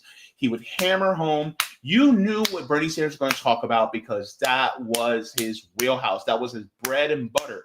That's what he talked about. Kitchen table issues that involve your very lives on a day-to-day basis. The material, concrete things that you see and have to experience on a daily basis. That's what he talked about. And the thing is like Zohran Mamdani was actually, for all intents and purposes, studying what Bernie Sanders did. In fact, so much so that I was reminded by YouTube of a video that I saw 4 years ago from the Gravel Institute when Zohran Mamdani was actually talking about housing on the Gravel Institute. There's a video of him talking about housing. So he kept that throughout the years. Now, don't get me wrong. I do not think that Zohran Mamdani is a radical at all. And I don't think that he will govern as a radical. He will govern as a moderate. And Zohran Mamdani is just going to be, he's going to be de Blasio-esque, right? But that being said, this is one of the things that he always does. He always goes back to the material issues that faces your daily life. And the problem with the Democratic Party is it's always in the abstract. We're fighting for the soul of the Democratic Party. We're fighting for just a more just and free America. It's never, hey, we're going to make sure that your rent is actually stabilized, that we're actually not going to raise your rent, or we're going to lower your rent. Or, hey, we're going to make sure that your groceries are not going up, or we're actually going to make sure that your pay is going up. We're actually going to make sure that you actually have health care for everybody and not just the small few. We're actually going to raise taxes on this group of people who have been avoiding getting their taxes raised for God knows how long. So we're going to do it. It's like all these material things that really could help people on a day-to-day basis that actually strips away the need for being a scapegoat. They actually just don't do it because they're complicit with the Republican Party in order to keep the duopoly in place so that you keep getting shafted. But here's the thing. Now you have a Zoran Mamdani. Don't get me wrong. I do not like Democrats. I am not a Democrat and I am not a Republican. I am an independent. But here's the thing. Here's something that he gets right. He actually talks about issue for issue instead of the abstract. He doesn't get caught up in the culture war, right? Now, when it comes to, getting support from people who are marginalized, he does garner a lot of support from people for the marginalized. And to anybody that goes, oh my God, well, he's a Muslim and he's going to put in Sharia law. First of all, you don't know what the definition of Sharia law actually is, because if you knew what the definition of Sharia law was, you actually be in favor of it, especially if you're a Christian. Anyway, and so the thing is like, when it comes to people like Zoran Mamdani, this is the same dude that just, 2 nights ago at 1 o'clock in the morning, and usually in his usual getup, just like the way he's dressed up right there, he went to a gay club. And then he was talking to the people that he went to the club. I'm sorry, I gotta say this right. He went to the club and spoke to them. And they welcomed him. They were like, hey, the big Z, he's here. I mean, you know what I mean? He went there. How many Democrat politicians do you see going to where the people are? They don't do that. So that's one thing I will say. I didn't incredible credit is due. He actually went there. Okay, cool. And so now the people who are marginalized in different areas go, well, he was willing to come around us. Now, I do have my critiques of, how many black areas did he go to in New York during the primary? Because, if he went to more black areas, then maybe some more black people will actually have more name recognition with him and be able to support his policies more full-throated if they knew who he was and if he was around them more. But besides that, he stayed on message. That's one thing I definitely will say. For the most part. Freezing rent. Is that something that you view as a bold new thing?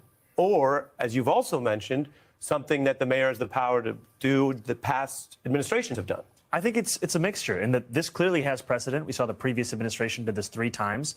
And we are living in a time of politics where politicians try to convince the public that there's nothing they can do. And so to even have the idea that we could actually help people, it's seen as a departure from what so many are being told in this moment. Mm-hmm. And freezing the rent, right? This is about 2.5 million New Yorkers in a city of 8.5 million. The mayor has the power to freeze their rent. I am saying I'm going to do that for 4 years, and that's in stark contrast to the current mayor, Eric Adams, who's raised the rent by more than 12%, and who decided that the person he saw his record most in anyone running for mayor was Andrew Cuomo. Mm-hmm. Your campaign's making news with President Obama calling you. He says you're impressive to watch. Can you tell us what you talked about, and do you want his endorsement? I appreciated that conversation. Hang on. Let's stop here for a second.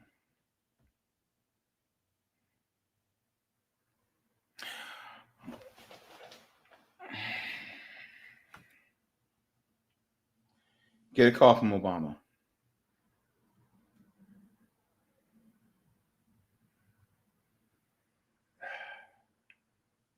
So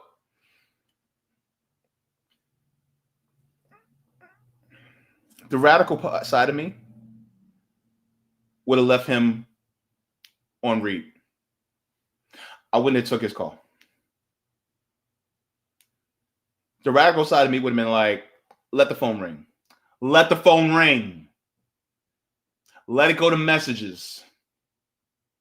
Don't answer. He went this long until the couple of days before the election to finally give me a phone call. I don't need him. I got this far without him. You know what? Bump him. The hell with Barack. No, absolutely not. That's the radical side of me. I wouldn't want an endorsement from a war criminal anyway. I don't need it. I got this far without him. Taking the call.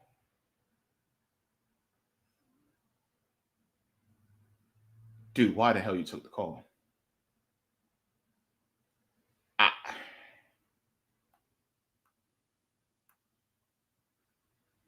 Like, that's my biggest issue. Like,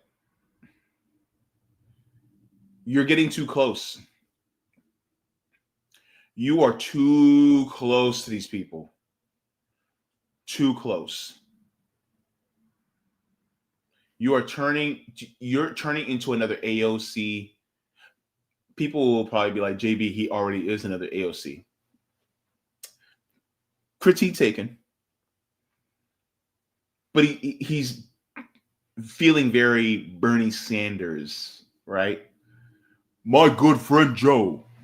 You know what I mean? And so this is why I wrote an article saying I don't trust him.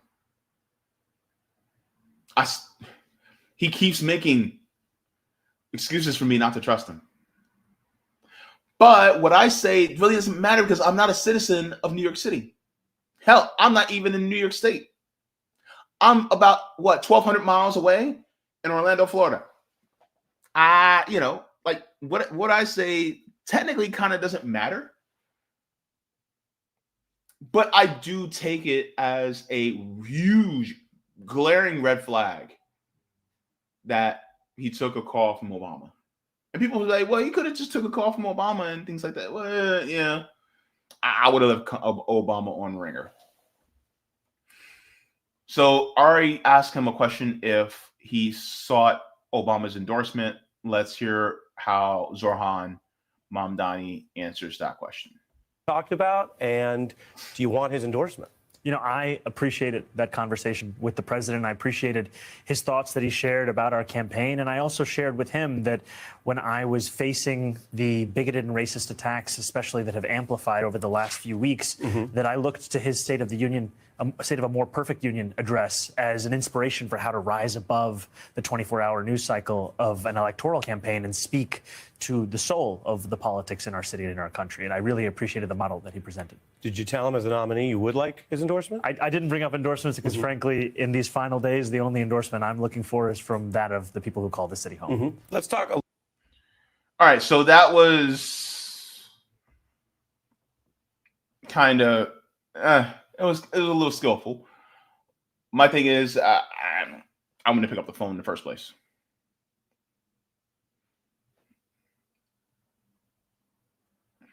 But, he didn't seek his endorsement, so it is what it is. But it feels like Obama called him to try to feel him out, to see, is there any more wiggle room that we can have with this guy?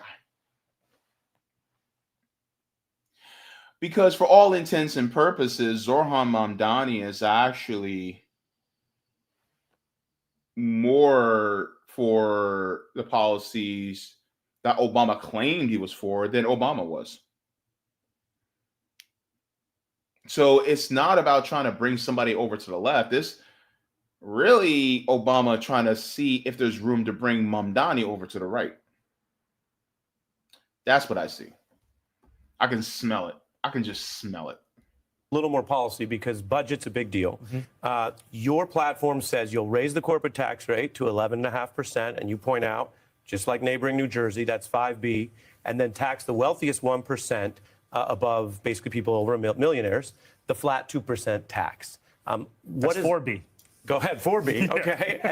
And so what does that get you, and what do you say to people who are concerned that New Yorkers are already taxed enough? So that would get you $9 billion. And then we also said that we would save an additional $1 billion through procurement reform, through the following of the Independent Budget Office's analysis of hiring more fiscal auditors, and also by finally starting to collect on the fines and fees from landlords that owe this city currently about $800 million over a period of overall fines and fees of about $2.5 billion. So, Oh, by the way, yeah, go after them landlords, because yeah, if they're avoiding fines and fees, find them. I'm gonna sound like Zod from Man of Steel. I will find him. Find them. They've been avoiding taxes and fees. Find them. Find them. Jeez Louise, I'm telling you. This is our revenue plan. This would more than pay for our economic agenda. It would actually allow us to start Trump-proofing our city. And what I mean by that is we're seeing right now what the Trump agenda portends for New Yorkers. This is a man who ran a presidential campaign on the premise of cheaper groceries that is now trying to cut SNAP benefits to make it even harder to afford those same groceries. And we have to protect the New Yorkers with the least from the attacks from the man with the most power in this country. And that's also what I see as a responsibility to be the next mayor of the city. So let's get into this. Please. Some people say, oh, that's a bad idea. They don't want the government that involved. Okay. But then they're probably not New York Democrats, to be honest. Other people say, sounds like a good idea, but you can't afford it. And so I'm going to read in detail from Free Market Manhattan Institute. You're familiar with these critiques. They say Mamdani believes tax hikes will make him able to fund new initiatives. But the current city council budget actually gives you a choice.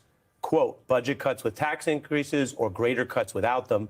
The new $116 billion budget projects large gaps for $5 to $6 billion, 2027 to 2029. So translation, they're saying, oh, you want to get new money, but that money's already spoken for because you're going to be in the red. Your response? Well, they're talking about $5 to $6 billion. The proposal I've put forward is about $10 billion. And I think that there's an amount of that money that's needed to fight back against these kinds of cuts. And then there's an amount of it that needs to actually fund an affirmative economic agenda.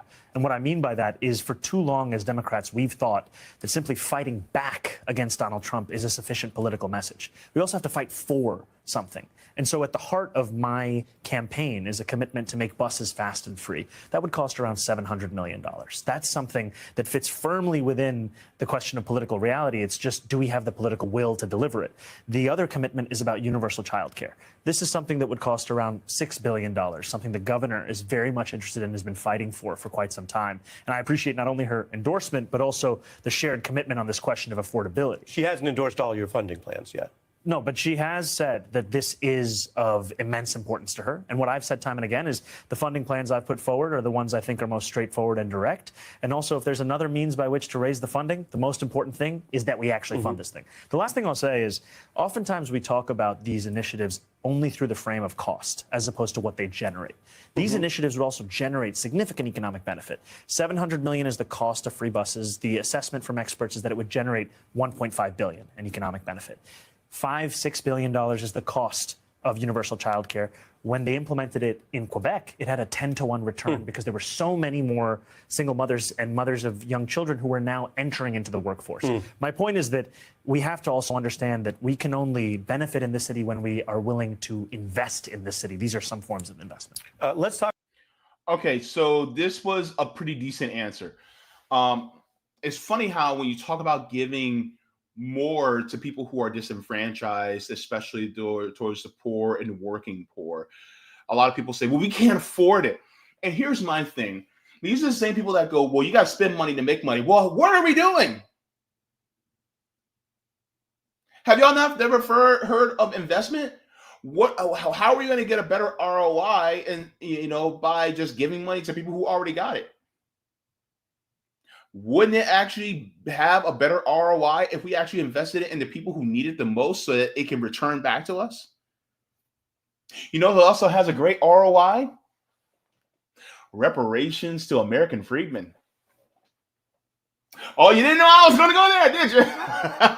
Guess what? It has a better ROI because guess what? That money gets put out to people who need it the most. And guess what they do? Guess what they do when they have money? They spend. They spend it. And who does it go to? Oh, it goes to businesses. Don't you want businesses to be able to get that money? And a lot of people go, we don't want SNAP benefits to go to these people because they're just mooching off the government. Here's the funny part. If I were to if I were to just take that money from the government and give it directly to the people who who are involved, like for instance, instead of having SNAP benefits, what if I just gave money directly to the farmers who make the food? I skip the people who need to eat the food and I just give straight to the farmers. Are they going to keep making the food? Well, people are eventually aren't going to be able to afford it. And so the farmers are just going to keep making, they're not going to be able to make much food because they're going to be just depending on the government, right? They're not going to need to make really good food. They're not going to need to grow the food because the government is giving it straight to them, but people are going to starve to death. And so there's a process, right? It's a cycle. You know what happened? Like, for instance, what they're basically asking for us to do is to skip the people who need it the most. Skip over them. It's the same thing like during the 2008 housing crisis. What if Obama actually gave money to homeowners so that they could pay their mortgage? That would have been similar to SNAP benefits. That money would have went to the homeowners would have took that money and they would have paid their mortgage, which the mortgage money goes to the banks. So the banks would have got it anyway. The only difference is you wouldn't have a whole bunch of homeless people on top of it. Same thing with SNAP benefits. Instead of giving the money straight to the people who produce the food, guess what? You give the money to the people who need to eat the food so that they can survive. And then they in turn get that money to the people who produce the food. So therefore, not only are the farmers getting the money, but it's also going through the people so that they can actually survive. So this is the point that I'm trying to make, right? And so you need to invest in the people in order to be able to get a good return. If you do not invest in the people, then therefore you're not going to get a decent return. The problem is you got a lot of people going, oh my God, we're spending so much money. And here's the crazy part. People talk about, oh, well, we need, you're going to be taxing New Yorkers. Which ones? Which ones? Is it all New Yorkers? Well, they're the job creators. They're gonna raise their prices and they're not going to be able to spend as much money to pay people. They ain't paying people no way. Who they paying? Who? They know. I know a lot of New Yorkers that ain't making nothing. So if they're not paying them, then we might as well tax them a little bit more anyway, because they're not going to pay you anyway. Where are they going to? They're going to leave New York. All right, fine. Deuces, bye. Y'all ain't paying nothing anyway. Y'all circumventing the tax code anyway. Y'all circumventing the tax system anyway. Maybe, just maybe, we should start, producing more worker cooperatives so that money goes to the workers and to the people instead of to these leeches. Anywho, I'm starting to go off on a tangent. Let me reel it back in. Talk about Andrew Cuomo. One of the reasons you became something of an overnight political star is not just that you won a primary, but you beat Andrew Cuomo, who, frankly, a lot of Democrats around the country know more than you. Yeah. And I think a year ago that was true in New York. Yes, but you, definitely. Right? You beat him once. We'll see what happens Tuesday. He was just doing a new interview this weekend, and he made some remarks about diversity. I wanted to give you a chance to respond. I'll just play them in full. This was on MSNBC's Weekend. Diversity can be a weakness if you have antipathy among groups, Jonathan. If you have racism or anti-Semitism, et cetera.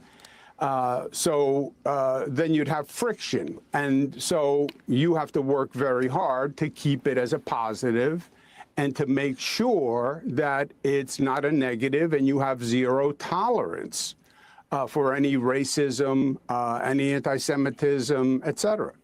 Your response.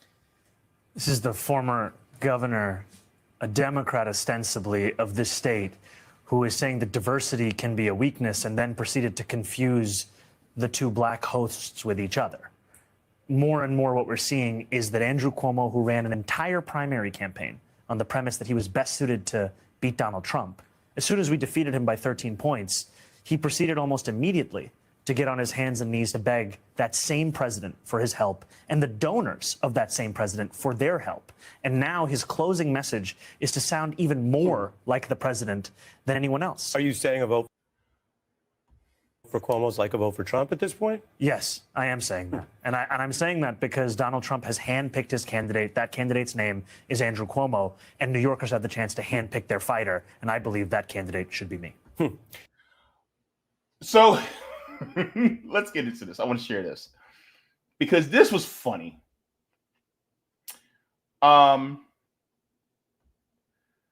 as far as Andrew Cuomo, he got pressed on being endorsed by Trump. And I just want to go to what Johan Mamdani said. This is off of a podcast. Let's get into this. Boy was just on 60 Minutes, Cuomo, saying that you're his guy. No. First of all, Trump said you're his candidate. If he had to pick a bad Democrat or what did he say? Or a communist. Or a communist, he's picking you.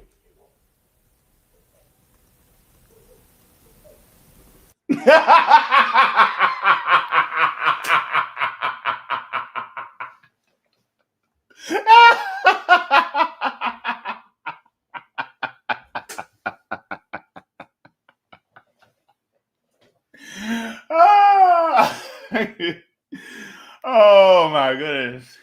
When the five fingers say the face. Slap. That was cold-blooded.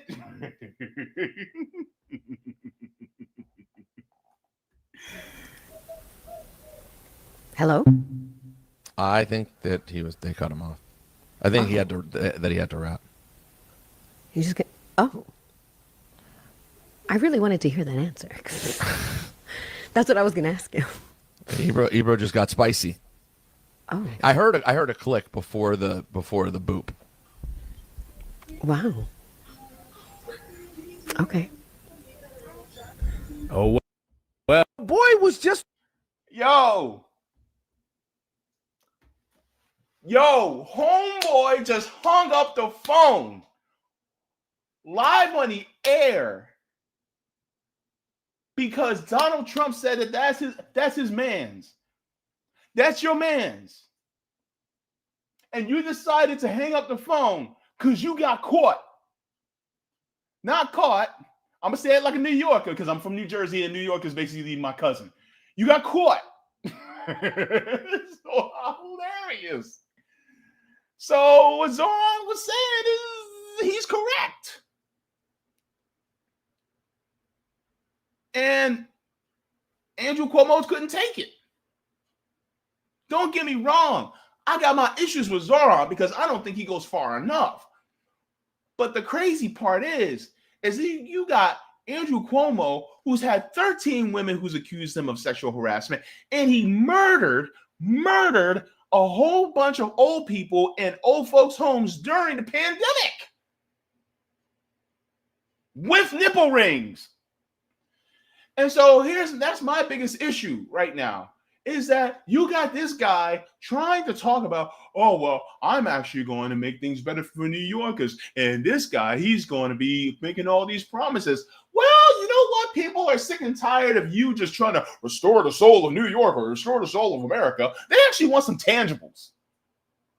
They're sick and tired of not getting anything. And then on top of that, you got corrupt Eric Adams endorsing you as well. And now you're surprised that people are calling you out for the BS. And then you got Donald J. Trump saying if he had to pick between you or Mamdani, he picks you. Ooh, that's an endorsement that just doesn't taste right. My goodness. Ooh. Ooh. That ain't good. And so the thing is like, here's the crazy part, man.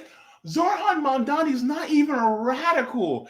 And Cuomo is getting destroyed by him, at least rhetorically and optically, and Cuomo can't even beat him. Cuomo was the governor, bro.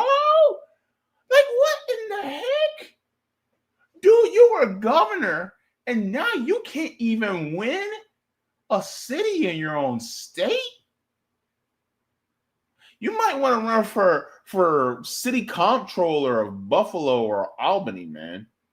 Or maybe you can see to be a dog catcher in Warwick. Because you just can't cut it in NYC. Gosh. All Ebro did was just he basically just, that wasn't even a heavy pushback, man. You could have been like, man, Trump's just talking, he says a lot, but I ain't paying no attention to what Donald Trump's saying.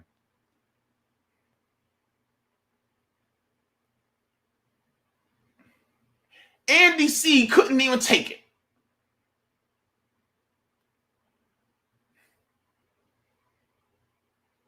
Wow.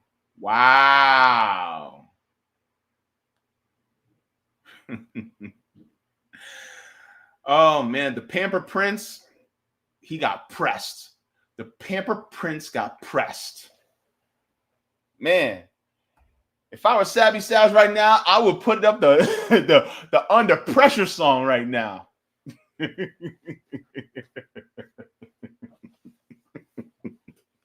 That wasn't even that bad.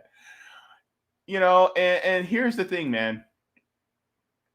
I mean, there's Zarhan, he answers some of the questions pretty decently. At the same time, and I listened to this entire interview between him and Ari Melber. And then Ari gets into, Israel and stuff like that, which I'm just like, bro, come on. He's not running to be the mayor of Tel Aviv. He's running to be the mayor of New York City. Like, come on. Why you gotta ask that? Why you gotta ask that question? Is he running to be mayor of Caracas? Is he running to be the mayor of Nairobi? Is he running to be the mayor of Moscow? Or is he running to be the mayor of Pyongyang or Beijing? No. So why are you asking about Israel? They don't make no damn sense. Anyways, so my question is, like, please take the poll because I'm curious. Do you think either Cuomo or Mamdani will win? And either or, do you think it's going to be a landslide, or you think one of them is barely going to win? I wonder how that's going to be, because we have like about 2 or 3 hours before polls close. And I'm actually quite curious to see what people think. I personally think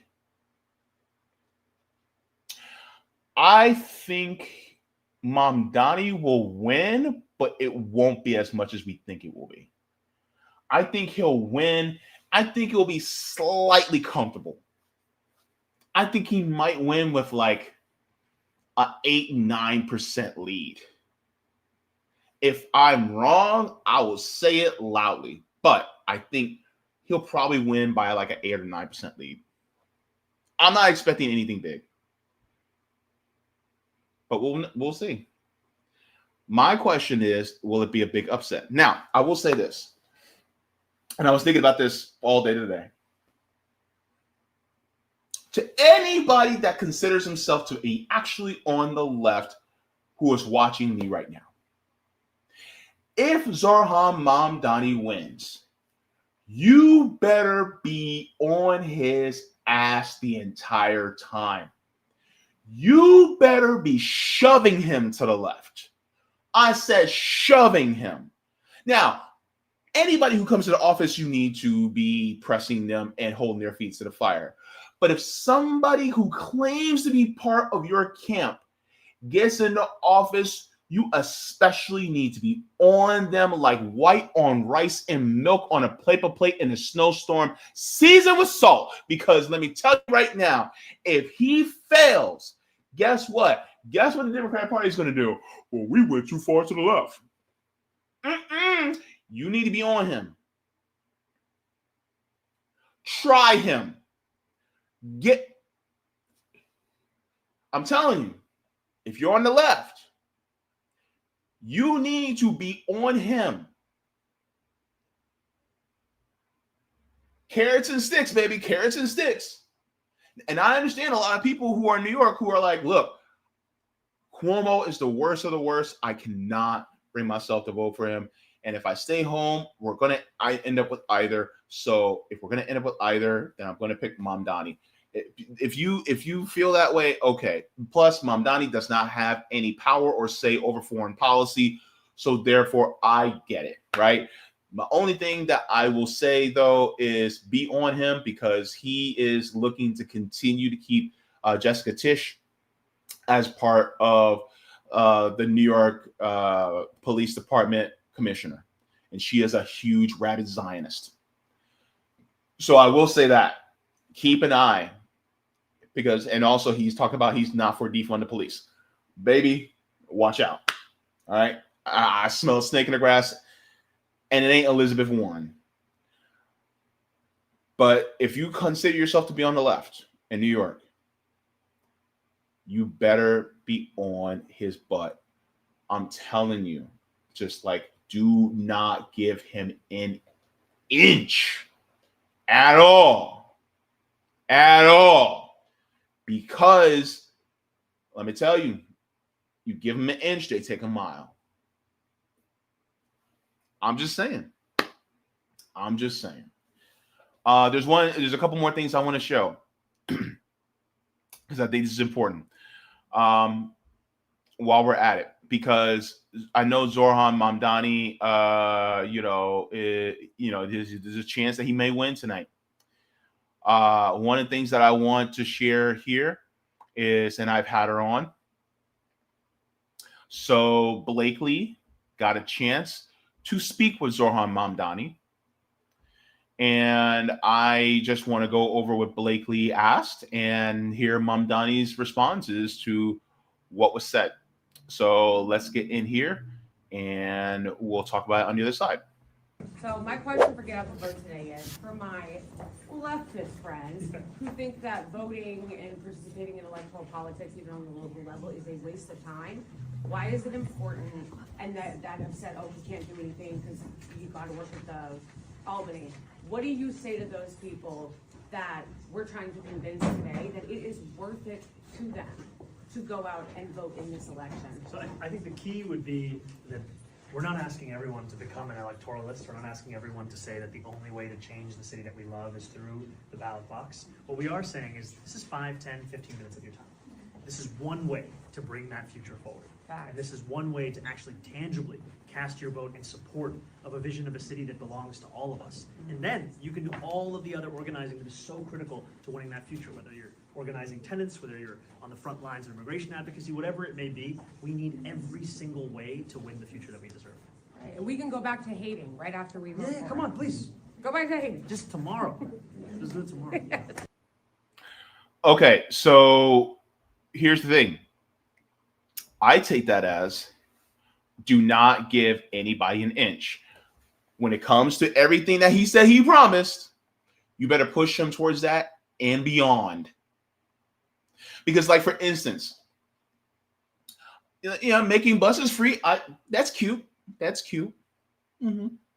A majority of New Yorkers, though, they use the subway.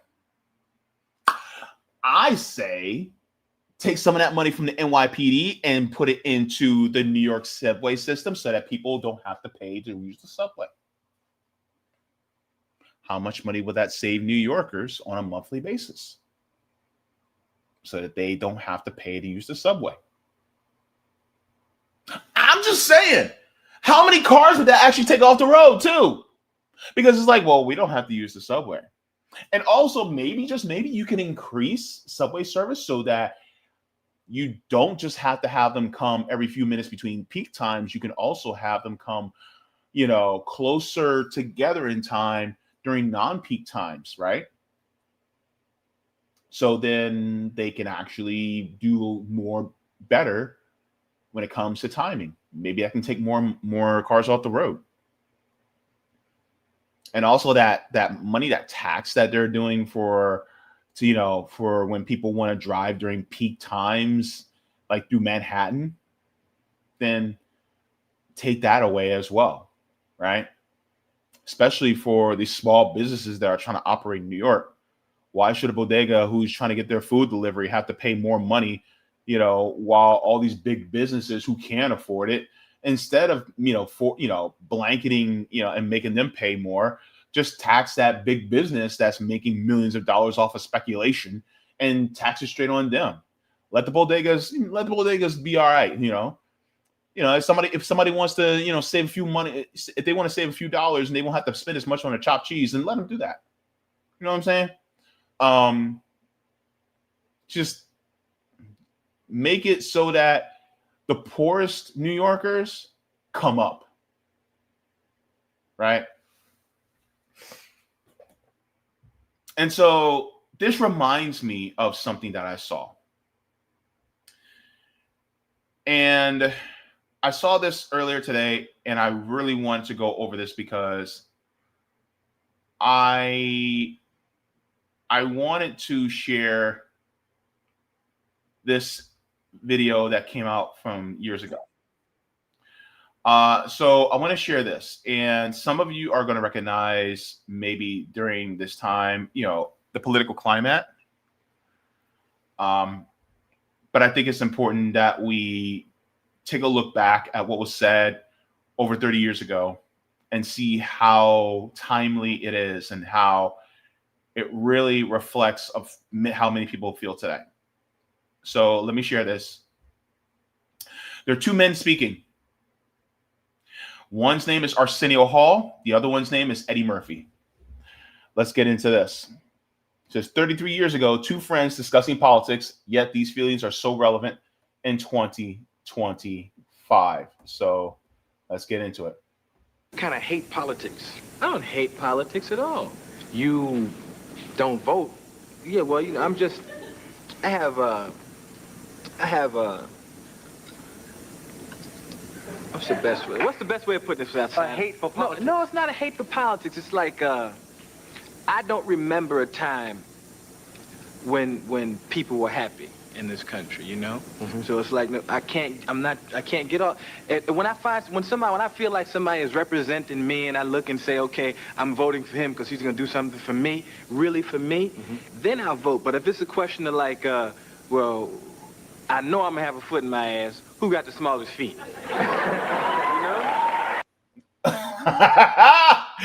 You look. And how many times have we felt that, right? I have a foot in my behind. Who got the smallest feet? What have we said? Voting for one side or the other is like, okay, are you going to die by fire or are you going to die by drowning?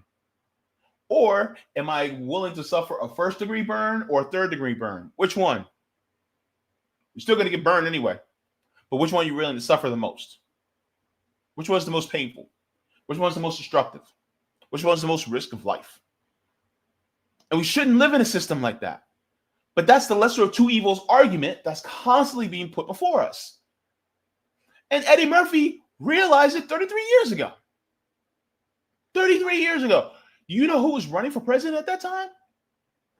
Willie P., William Jefferson Clinton, Bill Clinton, Ross Perot,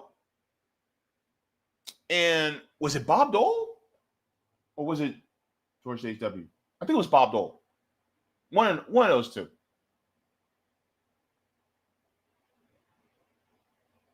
But that was a lot of, that was the same feeling 33 years ago.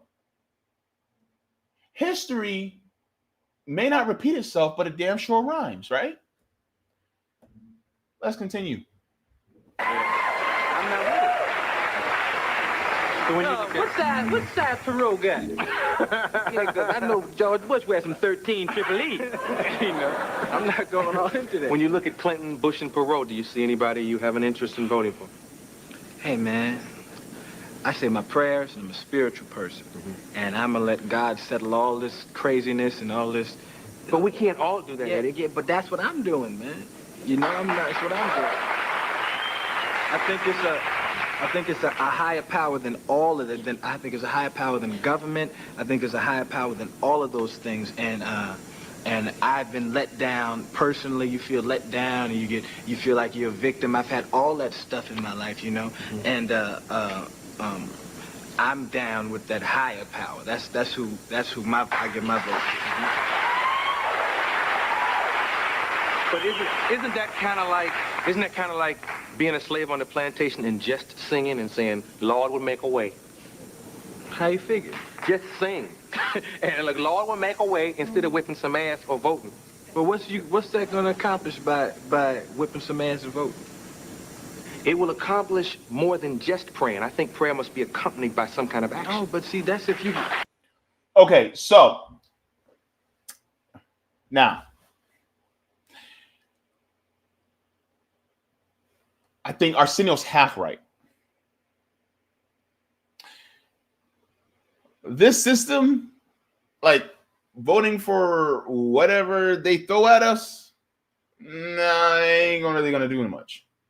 Now, if you want to do something that's going to be your immediate, like, you know, maybe like city council or mayor or something like that has an immediate effect on your life, then yeah, I guess I get it. But these federal seats, you know, the duopoly, it's like, what good is it? So the voting part, I'm like, nah, not really.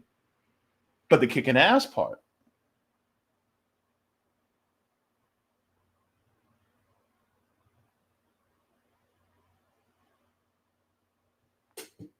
okay, so that's the point, right? This is what we talk about mutual aid and building dual power. Let's continue on. Accompanied by some kind of action. Oh, but see, that's if you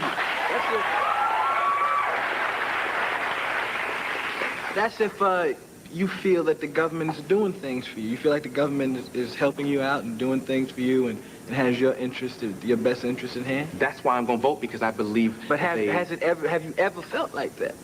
Have you ever felt? I'll just keep voting until I find somebody who has my interest in hand. Wait now. But who's tripping then? If you just going down in the booth and pulling this lever, and I'm singing, who's tripping?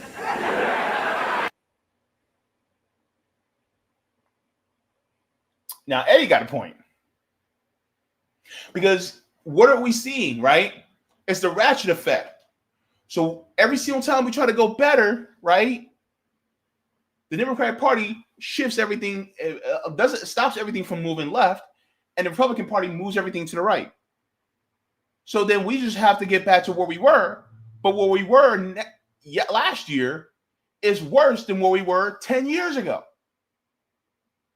And it keeps getting worse. So how often are we going to keep going to pull that lever? Now, if you want to say that's just one piece, a minute piece, right? But what more are you doing? Are you doing mutual aid? Are you building dual power? Are you building up your community? That's the kicking ass part that Arsenio had just left to the side when he said, "Oh, we gotta vote and kick ass." But my thing is like, wait. Now you just talk about just voting, and that's the problem. Is that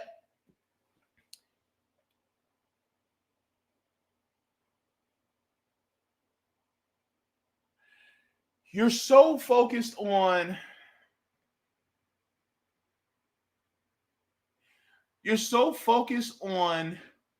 making a steak dinner. You got the potatoes, right? You got the veggies, you got all the materials, but you ain't got the steak. Or that's like trying to make a cake. You got the butter, you got the eggs, you got the sugar, you got the vanilla, you got the cake flour. I'm sorry, the yeast, you got stuff like that, but you forget the flour. You leave out the flour. So are you going to be able to make a cake? Look, and I put it like this. If I'm trying to make a vanilla cake, I skipped the vanilla extract, but I got everything else. But let's say I remember the vanilla extract, but I forget the flour and the eggs. How am I going to be able to make the cake? You can make a cake without vanilla extract, but you can't make a cake without the flour and the eggs. You see where I'm going here? And so Arsenio put the kicking ass part to the side and he said, well, all you need is the vanilla extract. We just need the vanilla extract. No, Arsenio. The most important part is that flour and that eggs. If you forget the vanilla extract, then you can get something else to flavor it with. Maybe you can get some cocoa powder. Maybe you can get some semi-sweet chocolate up in there. Maybe you can get some strawberries. Maybe you can get some lemon extract. You know what I'm saying? You can replace it with something else. But the most important part is the foundational things. The building dual power, the building of mutual aid, to take out the institutions and the systems that create what we have in the first place. I'm just saying. So that part, Eddie got a point. Who's to say what happens when you go pull a lever and they say, oh yeah, we counted the votes and there's this and who knows what goes on, man? You got I know, but when, you have nothing. Hey, Chiefs, you have nothing to do with any of it. Any of it. There's some cats that run this thing. They're nah, I'm not doing this, and a lot of people are gonna say, oh, he's crazy and rock the vote and all that. There are a bunch of cats that run this planet, and they just wait on the higher power to handle things. I mean, read your Bible. Read your Bible. Now, here is where I'm going to disagree with Eddie. Because he's basically like, just read your Bible, let God handle everything, and then just sit and wait. Eddie, we've been sitting and waiting for 33 years, bro. And you are part of the, top 10% of Americans now?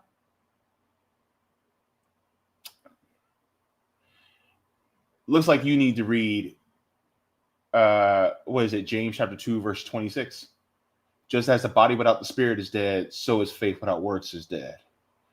Which means if you have faith in something, that means you're actually going to have to work in order to be able to fulfill it. Because if you are a vessel that is created by God in order to be able to make change happen, then therefore you have to let God use you in that way. Therefore, it is up to you. It is God's will to use your power in order to be able to change this system from one that is deplorable and that is exploitative to something that gives equity, egalitarian policies, as well as dignity to all your fellow human beings who are also God's children. Right?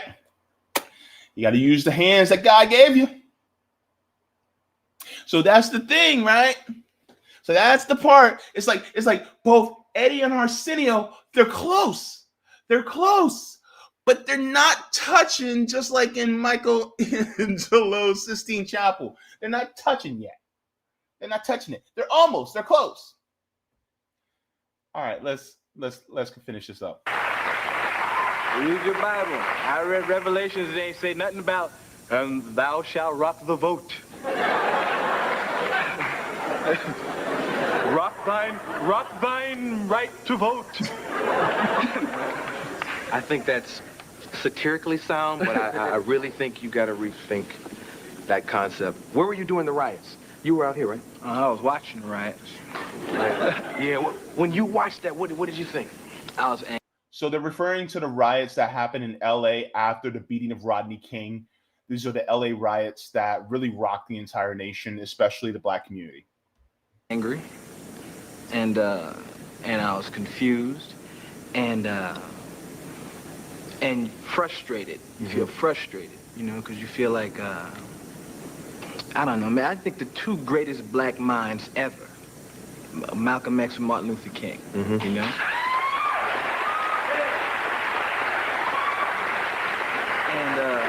And those brothers passed away, and racism is as prevalent in society now as it's ever been. It's covert now. It's even worse because you don't even know who's who. And we've moved this far, and it's like it ain't like I'm on the plantation singing like we shall overcome, because it's not like I'm not on that tip. I'm not singing. It's like I know you have to do certain things to be successful in this system, and I know you have to go by the laws and follow all this stuff and work. You can be successful in this system, and turning over an apple cart ain't gonna get you nothing but shot by the powers that be. And people say, oh, he's down, then you be dead. I'm here to make some movies and make people laugh, and God will handle all this madness. He will handle it all. I'm an artist. We'll be right back with the artists. And that point is why we're still in the system that we're in. Because people will say, it's just going to get you taken out anyway. But Eddie is missing one point. There are more of us than there are of them. And so with this whole thing in regards to what's going on with the election between Mamdani and Cuomo, if Mamdani wins, this could also set more copycats. I know there's a gentleman in Minneapolis that's also, his election is also today. He's Mamdani-esque in his policies too. But if either of them win, this will send shockwaves across the nation. And it may end up being more people to say, you know what, maybe we should run to the left, which I have no problems with. My thing is, I don't want it to be a precedent where people feel the need to fall back asleep or fall into reformism once again. Because as we learned, reformism doesn't work. Look at what FDR did. Everything that FDR did was reformism. And look where we are now, about 80 some odd years later. So this is why it's so important for us to continue to fight to build dual power so that we leave this system in the dust. It belongs in the dustbin of history and deserves to be forgotten. And we should have something that's built for everyone, not just the rest of us. So we shall see who wins. And we'll take a look at that poll right now. So let's go into the poll and see what you guys voted. I'm actually quite curious. Let's take a look. All right, so let me make sure this is big enough. All right, let me see. All right, let me see. Actually, let me hang on. Okay, let me enlarge. Okay, I just want to make sure it's all set up so you guys won't have to watch me enlarge and stuff like that. But let's take a look at the. All right, so out of 59 votes, it says, who do you think will win the New York City election today? 77% of you said Mamdani by a landslide. 2% said Cuomo by a landslide. I wonder who those were. Mamdani by a little, that's 20%. And then 2% said Cuomo by a little. So out of 60 votes, pretty much, most of you think, overwhelming majority of you think that Mamdani will win by a landslide. But what if it changes from that? Remains to be seen. But let's see how it goes. And one thing I do hope for, though, is I hope all y'all's rents get frozen, because there's enough suffering as it is. So, guys, let's see how it goes. And make sure to hold his feet to the fire if he does win. No matter what. No matter who wins, hold their feet to the fire. But especially if Mamdani wins. All right, guys. Go ahead and give a like to the stream. Thank you very much. Let's go into this. All right. I'm going to see if we have any Rumble rants. We seem to be good on that right now. So let me check to see if we have any. Okay, we're good on the gifted subs for Kick. All right. So let's go in to the rest of the chat. By the way, I didn't have a lag today. So things are working.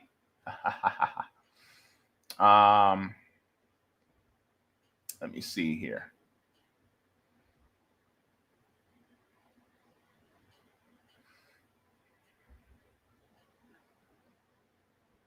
And what if you guys had somebody like that was like Zoran Mamdani in your city? Like, what if? Like, would you like if you had no other choice? And that's another thing I should have mentioned before I ended that segment was that this is also, to me, third parties really should have stepped their game up because they really should have had someone that could go to the left of Mamdani running, but it's okay.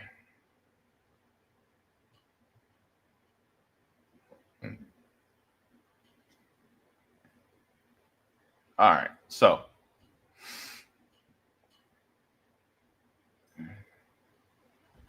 wait, what? And that guy apologized to Cheney. You mean Tom Hartman? No, he didn't apologize to Cheney. He did? Let me know. I'm curious about that. Hey, Leroy. He says, I was a junior when 9/11 happened and living in New York. They almost had me. Thanks, Dad. Wow. Yeah. Yeah. Roger says, oh, I know you stopped checking DM, but this next story, you got to play what I sent. Compliments of HLM. Yeah, so I'll take a look at it after the stream. Let me see. Thank you very much. I'll take a look at it. Let me see here. Crom says you're on fire, JB. Keep it up. Thank you. Thank you very much. Appreciate it. QB Socialista, good to see you. All right.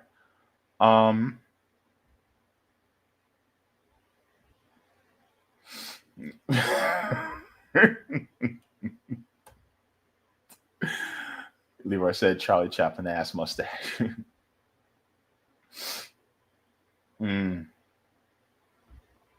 Roger, shh, don't tell nobody. Okay. Giving away the secret. Let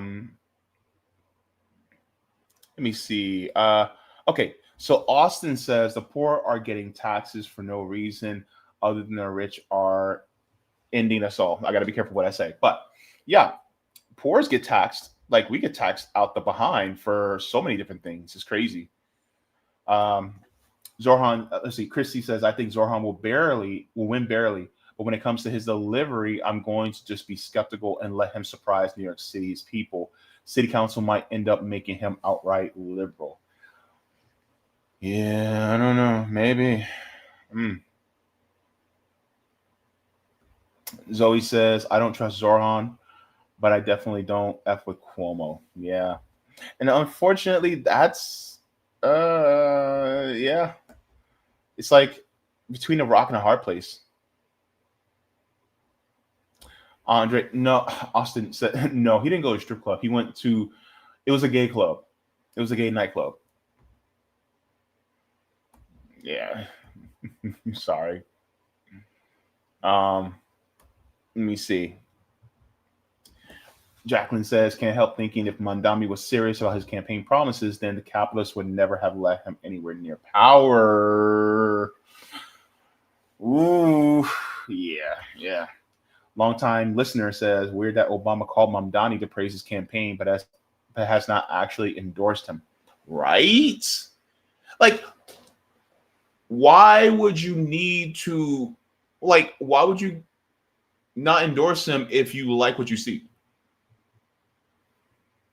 Right? It don't make no sense. The math ain't mathing.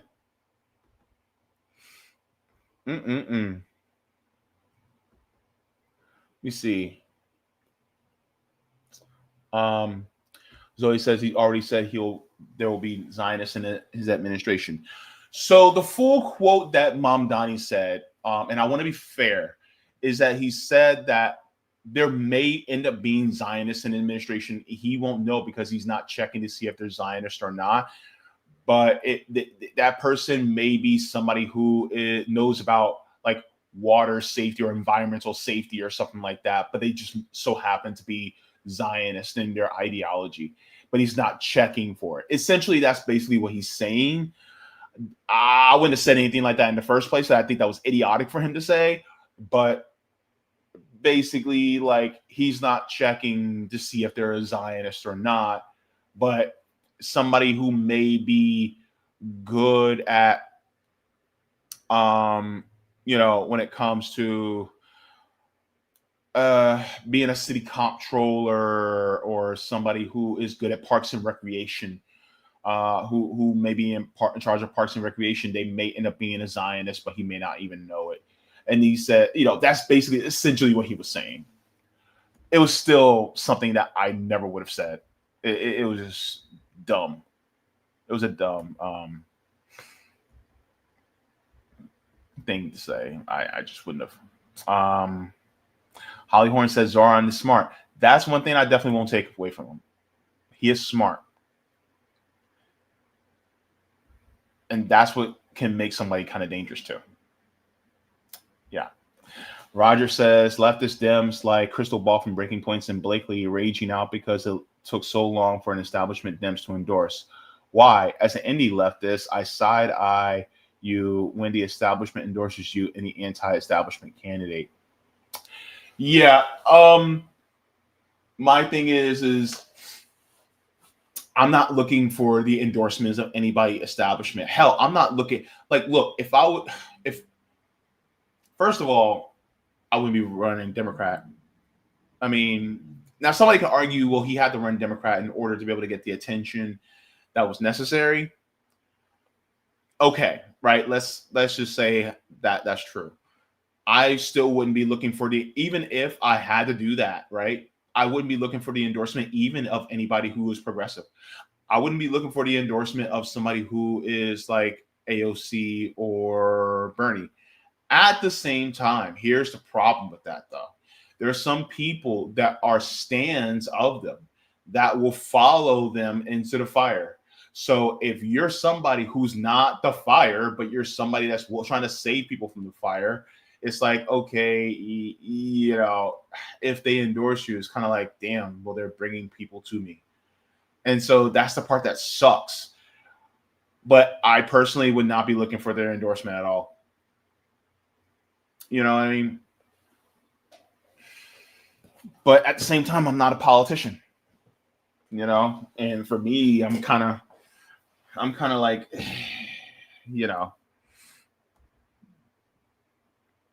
just take the system down. Let me make sure I get,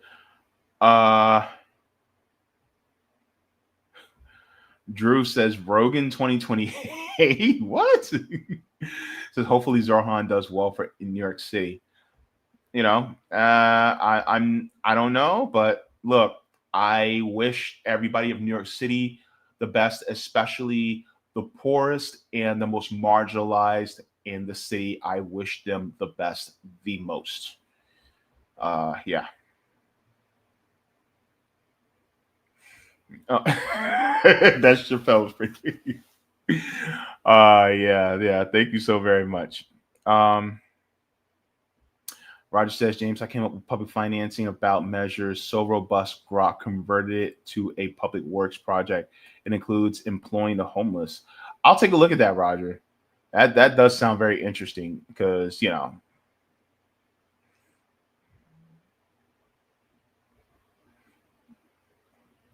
Roger also says to all my fellow New Yorkers, don't forget to vote no on the legislative amendment ballot measure. Interesting. All right. S says easy for him to say with his money. All right. Roger says Prince was on Next. What? What's that? I have no idea what that is, but Roger says, so Eddie, we should blame God for NAFTA, allowing China to join the World Trade Organization, crime bill, repeal of Glass-Steagall, Welfare Reform Act, the Telecoms Act. I mean, yeah. I mean, you got a point there. Chris says, nope, I wouldn't vote for mamdani type candidate. Okay.